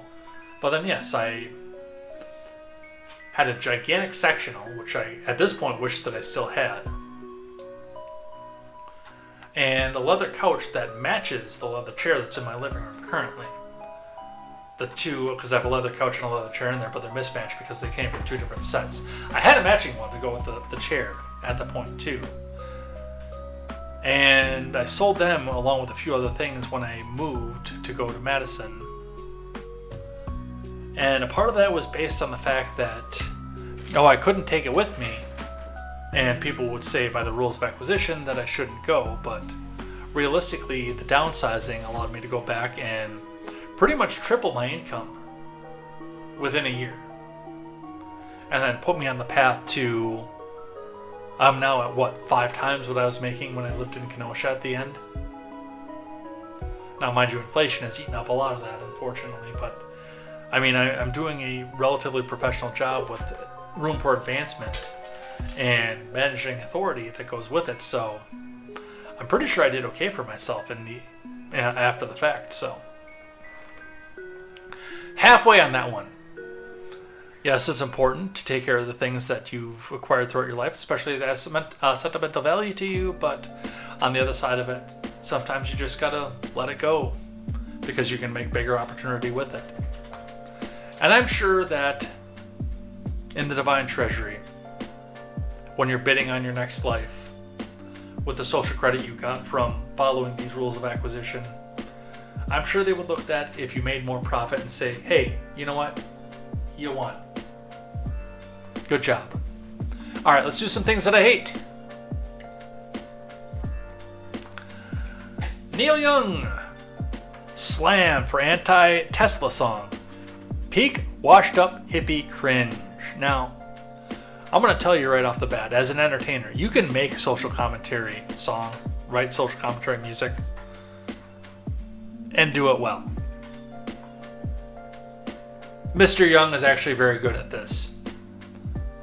But there's a profound difference between the themes that he was singing about in Rockin' in the Free World or The Needle and the Damage Done than complaining about a guy who is a billionaire while he himself, Neil Young, is a millionaire. Complaining about a guy being rich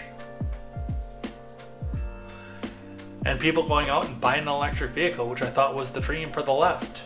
Neil Young is facing criticism for a new song he wrote about fascists buying Teslas. The 79-year-old singer-songwriter debuted the song reportedly titled Let's Roll Again at the Light Up the Blue charity event in LA over the weekend. If you're a fascist, get a Tesla. It's electric, it doesn't matter. If you're a Democrat, taste your freedom. Get whatever you want, taste your freedom. Young could be heard singing clips circulating on social media. Come on Ford, come on GM, come on Chrysler, let's roll again, the song continued. Build something special that people need. Build us a safe way for us to meet. Build something that will kill our kids runs real clean. Let's listen, because hey, we can all cringe at this one together.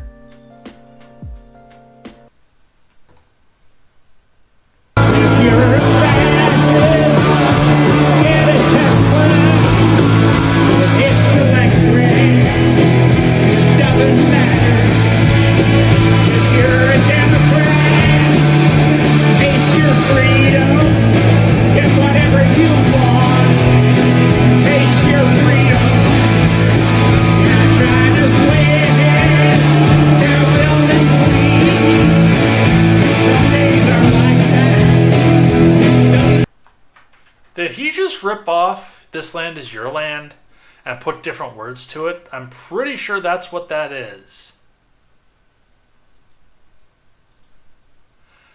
Full disclosure, I did not listen to this clip before right now. I cringed with this with you. Together. We had a cringe moment together.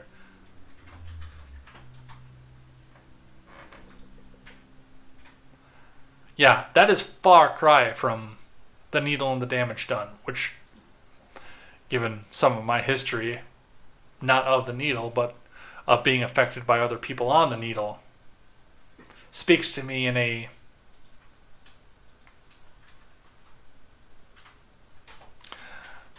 more guttural sense. So,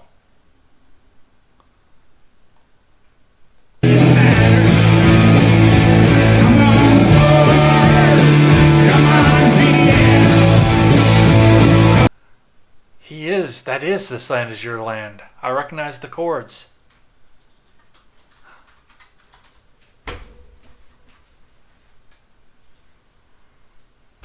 This guy used to be talented. I promise. I grew up listening to Neil Young.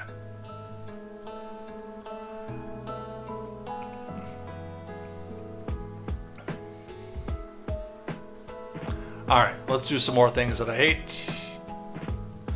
Bernie Sanders! Bernie Sanders is on the news. You think that I should just wait in line at United? No apologies for my private jets. Scratch a socialist a little bit and you'll find somebody who's just looking for money and power. Bernie Sanders, take it away. Back up the video here.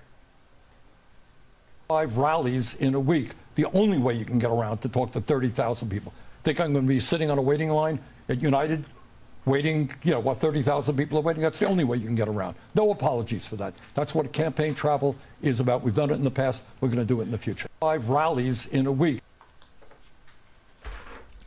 I'd love to see somebody at the front row of a Bernie rally come out and actually call him out for this. Now, of course, that'll never happen because they think that he's a Jewish man who was a carpenter at one point, so therefore he must walk on water. But somebody to come out and say, why do you need to have a private jet when the rest of us don't? And I can just see him on the front of the crowd saying, my goal for everybody in the socialist system is for you all to have a private jet so you don't have to wait in line around.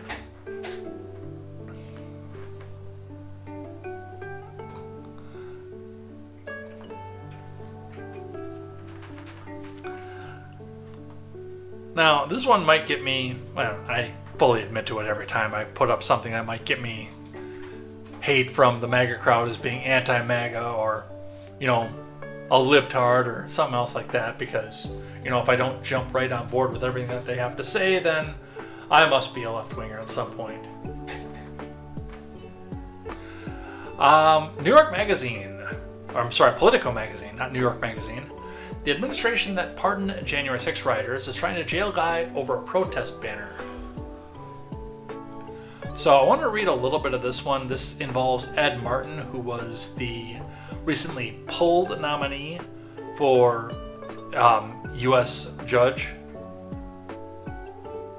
for the D.C. district.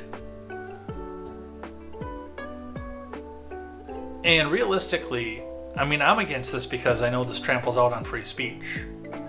I don't care how stupid or cringy the guy's banner is. And you notice I didn't when I talked about Neil Young, I went on his lack of talent, his lack of ability to write. Not his right to protest, because he has every right to protest. I do think, as much as I think the song Rockin' in the Free World is a good song, it's got a good chord progression, it is a little bit preachy at times and cringy.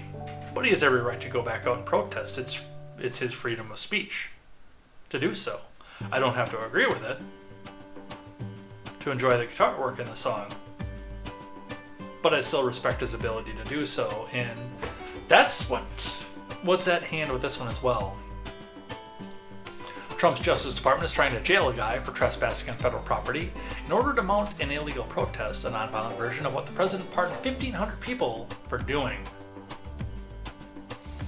And the case is being handled by the Office of Interim U.S. Attorney Ed Martin, the Trump ally who once represented January 6 defendants and described the day as Mardi Gras in D.C. On taking office, Martin summarily demoted the veteran prosecutors who pursued January 6 cases, part of a controversial record that this week has suddenly put the nomination into jeopardy. Now, this little notice prosecution looks likely to become a test of whether Trump's pardons have created a new legal defense for people who get arrested at Washington demonstrations. I spoke to a half a dozen lawyers who have worked with both sides of protest arrests and they all said legacy of January 6 is likely to shape future proceedings, either in court or in the minds of jurors. The defense's own attorney, Robert Hayford, signaled the strategy when he said in an interview, "Why is this harmless, consensus, respectful, nonviolent, organized demonstration being prosecuted, seeking a conviction when, on the other hand, other violent, disgraceful mob-style vigilantism is being pardoned?" Now, I disagree with the definitions that they're using to describe the January 6th and the defendants from that. But I also say that this particular person, who I don't believe is named in this, no, it is. It was named in the next line, Adam Eidinger. I don't think that he should be arrested and facing jail time for protest. Now, a trespass, yes, I think that would be appropriate. Write him a ticket for trespass on federal grounds, send him home with a fine, and see if he pays it. That's different than trying to put somebody in prison for a protest, which, I mean, that's something that I'm completely against to begin with. Because, yeah, I mean, if you go on to restricted or land that's not yours or someplace where you're asked to leave, then yeah, you're trespassing. Pay the fine. It might be excessive, but pay the fine. Go home. Think about your actions. But I think you should be able to come back out and protest. You should. And I don't think that there should be a jail time offense for that. Now, if you went up nuts with a nail gun inside of the Capitol, then yeah, in protest, and start shooting a nail gun in the air, that's reckless endangerment, yeah. Go straight to jail, do not collect $200.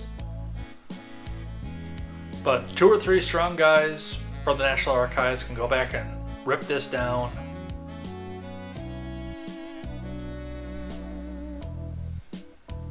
Nobody's day is ruined.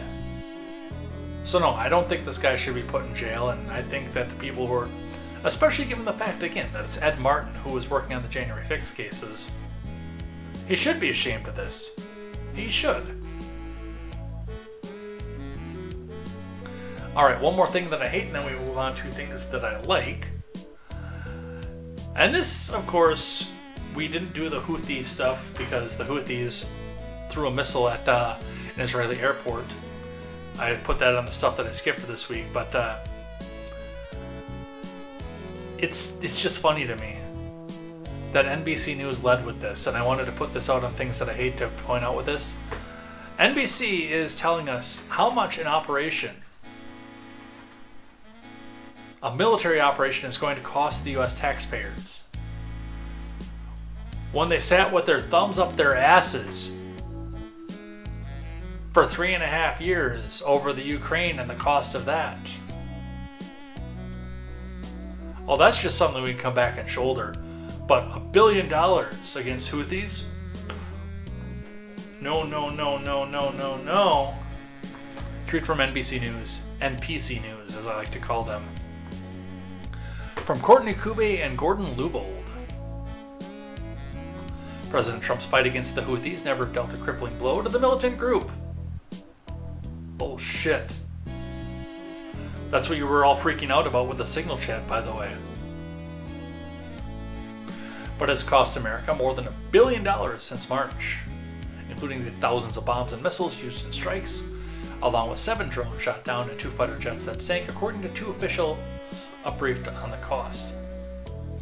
After weeks of operations by the U.S., the Houthis seem to still be able to strike outside of Yemen, launched an attack that targeted Israel's main international airport just this week, but the surprise deal that Trump announced Tuesday, in which the U.S. would suspend strikes and other operations against the Iran-backed Houthis in exchange for the group halting its attacks on U.S. ships, might be enough to declare the mission accomplished for now. Wouldn't count on that, by the way. Details about the deal have been sparse. It's still unclear how it was made, how it might last, how long it might last, and what it meant in the long term for a conflict that began weeks after Hamas, which, like the Houthis, is backed by Iran, attacked Israel in October of 2023. Now, I am full out in disclosure of government transparency and journalists putting out the government transparency. So I'm not criticizing NPC News specifically for putting out the cost. I think we need more of this. But when I say that I think we need more of this, which it means that I need to see what kind of money it costs the taxpayers to go pump into Israel, for the Gaza, for Israel versus the Libyans. Hell, let's go back and see what Operation Iraqi Freedom cost. Can you give me that invoice, please? How much money we dumped into Afghanistan? How much money we left behind in Afghanistan? Can I see that? How much money got funneled into the Ukraine to go against Putin man bad? Can I see that invoice? Maybe, please.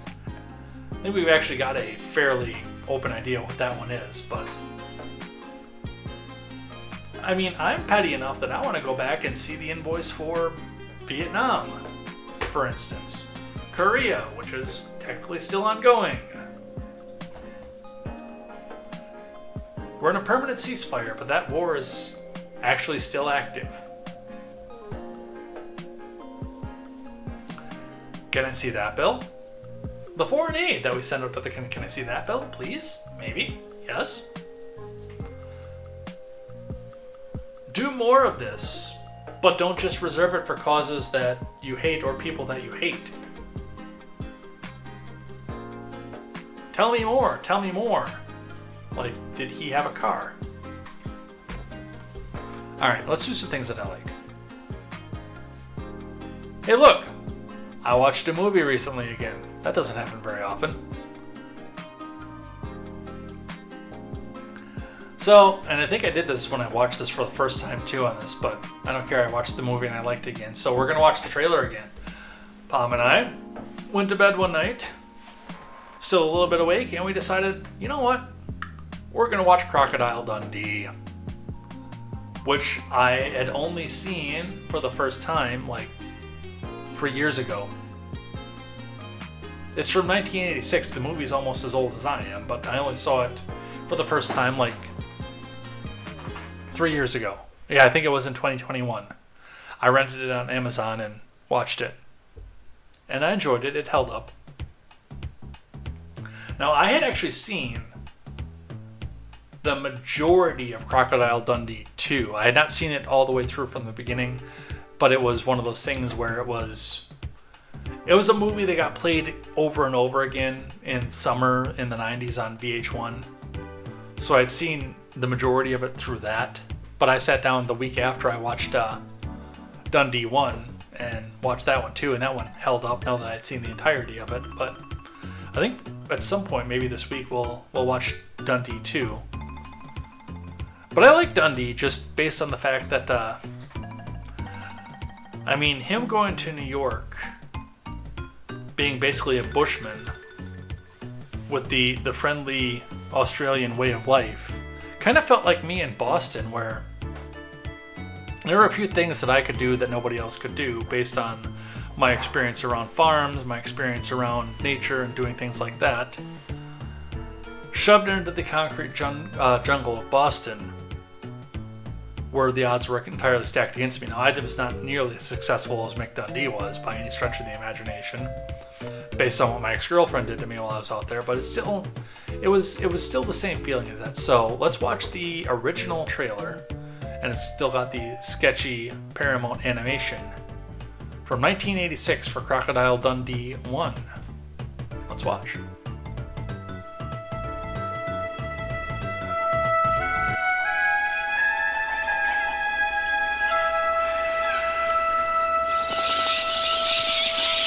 He was raised in the land down under, where a man thinks on his feet, speaks with his fists, and lives by his wits.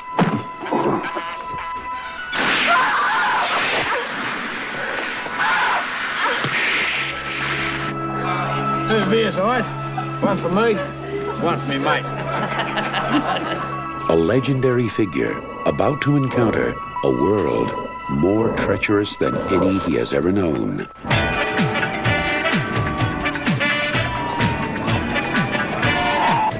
G'day. Mick Dundee from Australia. How are you? I'm fine, how are you? Just came in town for a couple of days. Probably see you around. Bye. Is this your first trip to New York? First trip anywhere. Well, we might just have to give you one for free. Yeah. One what? How are you finding New York? Bit of a lunatic asylum. That's why I love it, because I fit right in. G'day. Hello. Sorry. G'day. Look. My bag! Stop it! Stop it!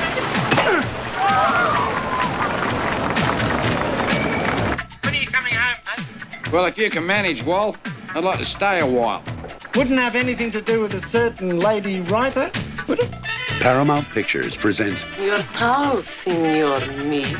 Paul Hogan Hey, my man, what's happening? Where? as Crocodile Dundee. You got a light, buddy? Yeah, sure, kid. And your wallet. Got a knife. That's not a knife. That's a knife. Crocodile Dundee.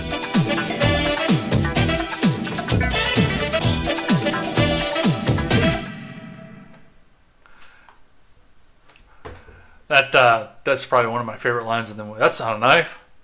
That's a knife. I use that same defense as to my idea why I think that 50 Action Express is the best concealed carry option that you have out there. Because when somebody comes up to you with his little pea shooter 22 or 9mm, you come out and say, that's cute. Look at mine. And a lot of times the shock value, if you can manage to pull it off, will de-escalate the situation before anybody actually has to get hurt. But yeah, if you haven't seen it, I can't criticize you because, well, I took until 2021 to see the movie. But go out and watch it. If you haven't seen it for a while, again, go watch it again. It's really good. Alright, some other things that I like. I always like it when I get a chance to tell you, hey, I told you so, and this is no different. I said at the beginning, when they put the aid pier, that there's actually going to be absolutely no aid that gets into Gaza over it. It's going to cost a bunch of money, and nothing's going to happen. And, well, something actually happened, and it was worse than what I thought even. From the Daily Wire, Biden's Gaza aid pier injured 62 Americans and killed one. A crumbling monument to wasteful spending. It's falling apart at this point. And didn't bring a single bit of aid into Gaza in the 3 years that it was there.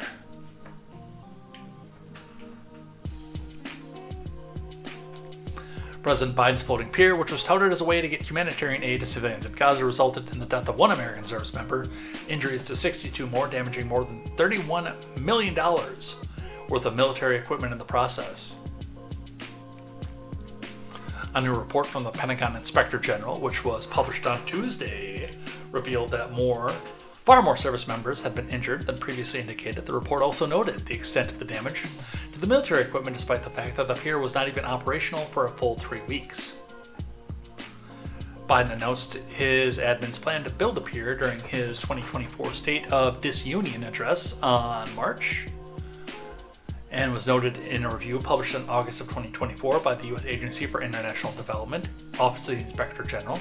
He had ignored warnings from federal aid workers and pushed ahead with the $230 million project anyway. Biden had promised the pier would allow for the delivery of enough food and supplies to sustain some 1.5 million Palestinian civilians for several months, but before the project was abandoned, less than 1/3 of that had been delivered. I don't even think it got that much, honestly. So, told you. I told you. I did. I always like to cover the ones where children get to go home. Probably worse for wear, but at least get to go home. From the Daily Wire, Bondi announces the rescue of over 100 children. An historic bust of sexual predators from Spencer Lindquist. I hate the fact that they actually had to go through it, and it took them as long as it did. And even if it only took them a day, that's still a long, long time to be involved in something like this. But I'm also happy of the fact that they get to be going home. And hope that they can start working through the issues that became of this. Federal authorities say they've saved more than 100 children in an operation that resulted in the capture of more than 200 sex offenders. The Department of Justice announced Wednesday that the FBI arrested 205 sexual child traffickers throughout the country in Operation Restore Justice, part of a nationwide crackdown on child sex trafficking and abuse that the agency said resulted in the rescue of 115 children. The DOJ will never stop fighting to protect victims, especially child victims, and we will not rest until we hunt down, arrest, and prosecute every child predator who preys on the most vulnerable among us, AG Bondi said as she announced the operation, which took place over the course of 5 days. I am grateful to the FBI and their state and local partners for their incredible work in Operation Restore Justice, and have directed my prosecutors not to negotiate. Fire up the wood chipper. Trial first, obviously, and then fire up the wood chipper.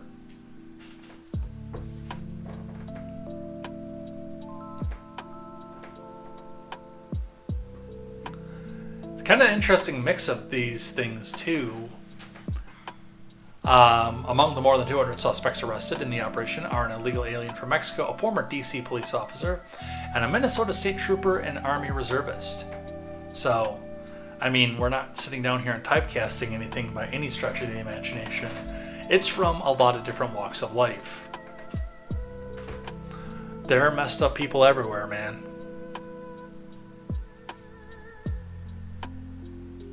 So, glad that these kids get to go home. I do hope that they can get the help that they need.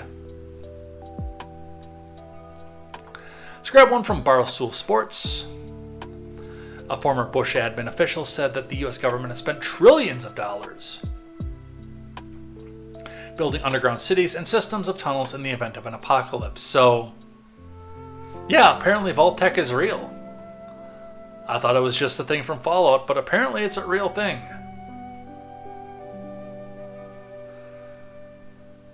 And what'll be funny about this is, if it's the elite and powerful, then they're going to be the ones that get all the experiments done on them too, because if you'll remember from the Fallout series, it's one of the claims to fame to Vault-Tec is that after the apocalypse, they set all the vaults up to perform horrendous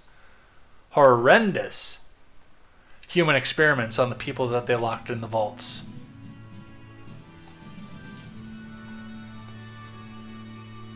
A former Bush admin official has made a shocking claim that the U.S. government is secretly preparing for a mass extinction event on Earth.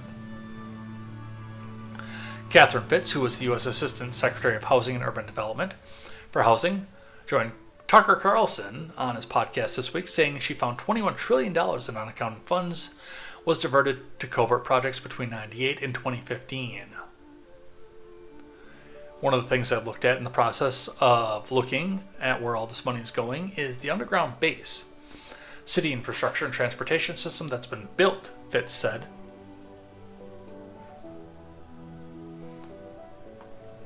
Based on a 2-year study, Fitz estimated there are approximately 170 underground facilities in the U.S., potentially under surrounding oceans. So, this literally reads like the backstory for Fallout.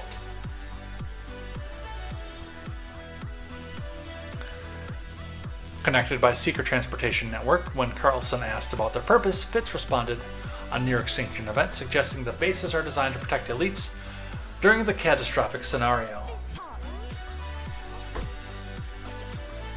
Fitz offered a few specifics about the impending threat, but pointed to the climate change, resource mismanagement, and natural disasters, geopolitical conflicts, or societal collapse as possible triggers. In a striking revelation, Fitz claimed she was offered a place in an underground base but declined, stating she preferred to take my chances on the surface.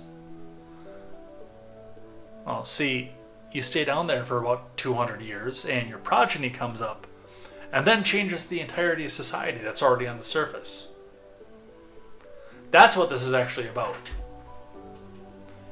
And the experiments, of course.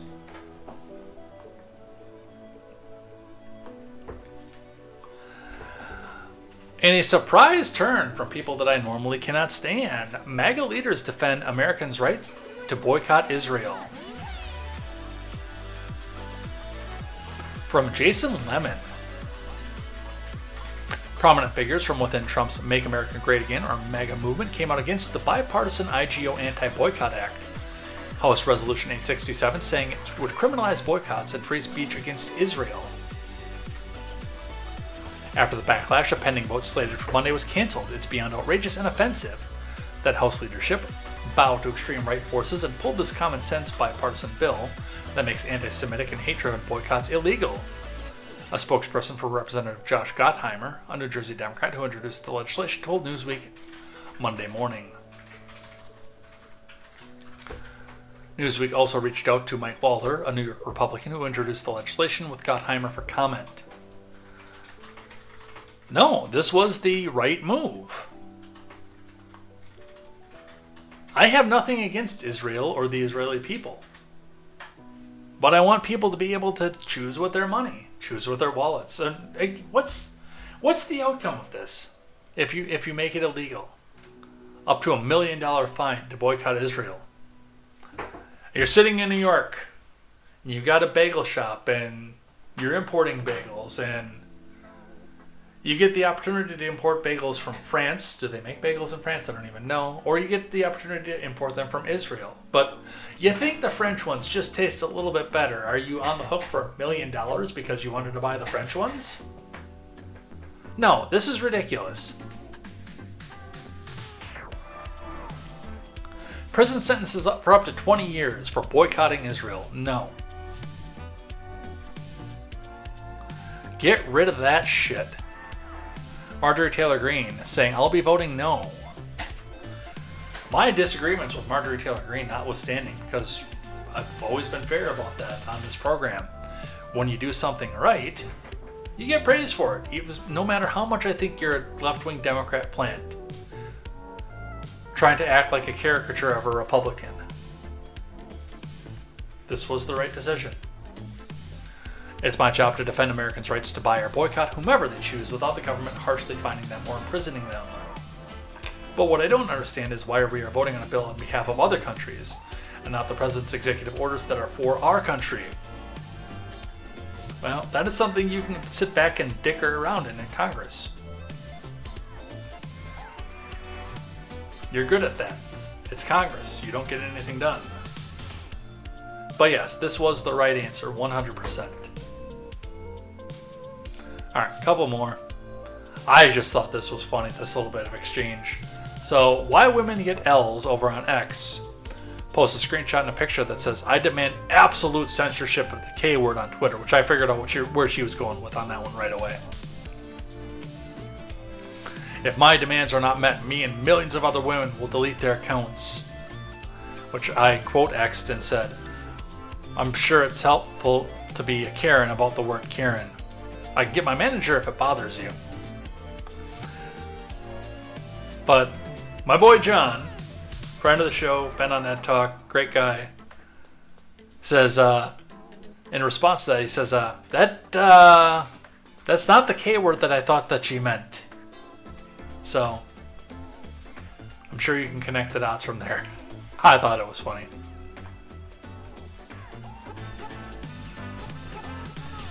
And the last one, those of you on the audio platform, you're going to have to miss out on this one, but I found this to be quite wholesome. I do. So I wanted to include it on today's live stream, even if it's at the very end. Hi Bender over on X tells us the coolest use of a drone. And I'm going to turn the music off so we can get the audio that goes with this, because it's perfect. And I'm sure that if you're listening to the audio platform, you can't see the video, and I'll paraphrase it a little bit, but once you hear the music, you're going to know what's going on.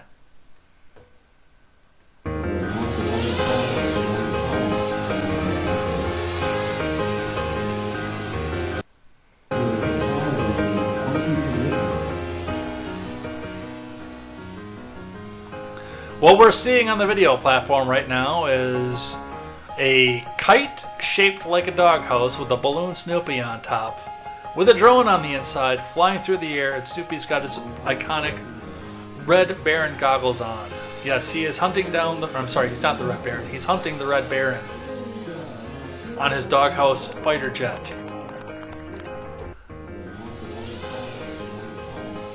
That is the best use of a drone right there.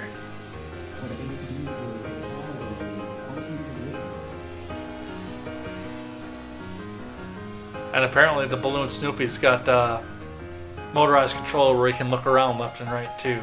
He's hunting the Red Baron.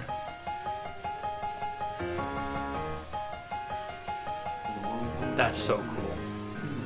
I like that. I'm glad that I put that on there.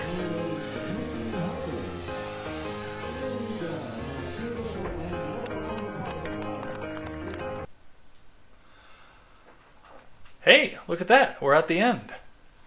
It's over. It's done. What a long, strange trip it's been. Actually, yesterday while I was in waiting rooms, I saw that there was somebody complaining about a fee at trucking, and I started going through the comments and throwing lines from the Grateful Dead song Truckin' into the comments. What a long, strange trip it's been. We're done. We're out of here. It's great. I don't want to do this at night anymore. So, hey, the next time we do this, it'll be back at the early morning time, our regular time once again. So, I'm sure there's going to be plenty to talk about because, you know, we've entered this era where every single week has to be the new next major historic action and the major historic thing. So, apparently that's what we're going to do. I don't want to do it like that. I want to have a break. I want to talk about fun stuff. I want to talk about drones in kites with Snoopy balloons on them. That was cool. I like that. But that is not the path that's been put forward in front of us, so we will continue because the news stops for nobody. I'm sure that we'll stack some of the stuff from this past week on to next week. Hopefully it won't take us out to the 4-hour mark, but this one took us almost out to the 3. Where's my outro music? Huh, I could have loaded that onto the Stream Deck and pushed the button and gone. That'll get loaded on there. That'll be one of them. All right, folks. Thank you, everybody who came by and hung out in the live chat. And it was a slow night, but I mean, what do you expect from going from 7 p.m. to 10:30 p.m.? Anyway, we'll be back here next week for more news, more headlines, and more contemporary. Back on normal time. Definitely looking forward to that. Looking forward to see what comes out in the next few days and where it goes from that. And what other world-ending conflicts are going to come back out and erupt from all of this. So, take care. Have a good night. Thanks for sticking around. If you're listening to the audio platform, you can catch us live 7:30. It's actually usually closer to 8 on Thursday mornings. That seems to be our best time to do stuff. So, come back and join me for that, and we will see you here next time for more news, more headlines, more contemporary. No Skyward Sword this week, unfortunately. Taking a break from that one just for the week because of the scheduling conflicts that went with that. And we'll see you next time. Good night. Good night. I love you all. Thank you for coming back and watching. We'll see you next time for more news, more headlines, and more contemporary. And until then, I'm Jay Edgar, and this is Contemporary.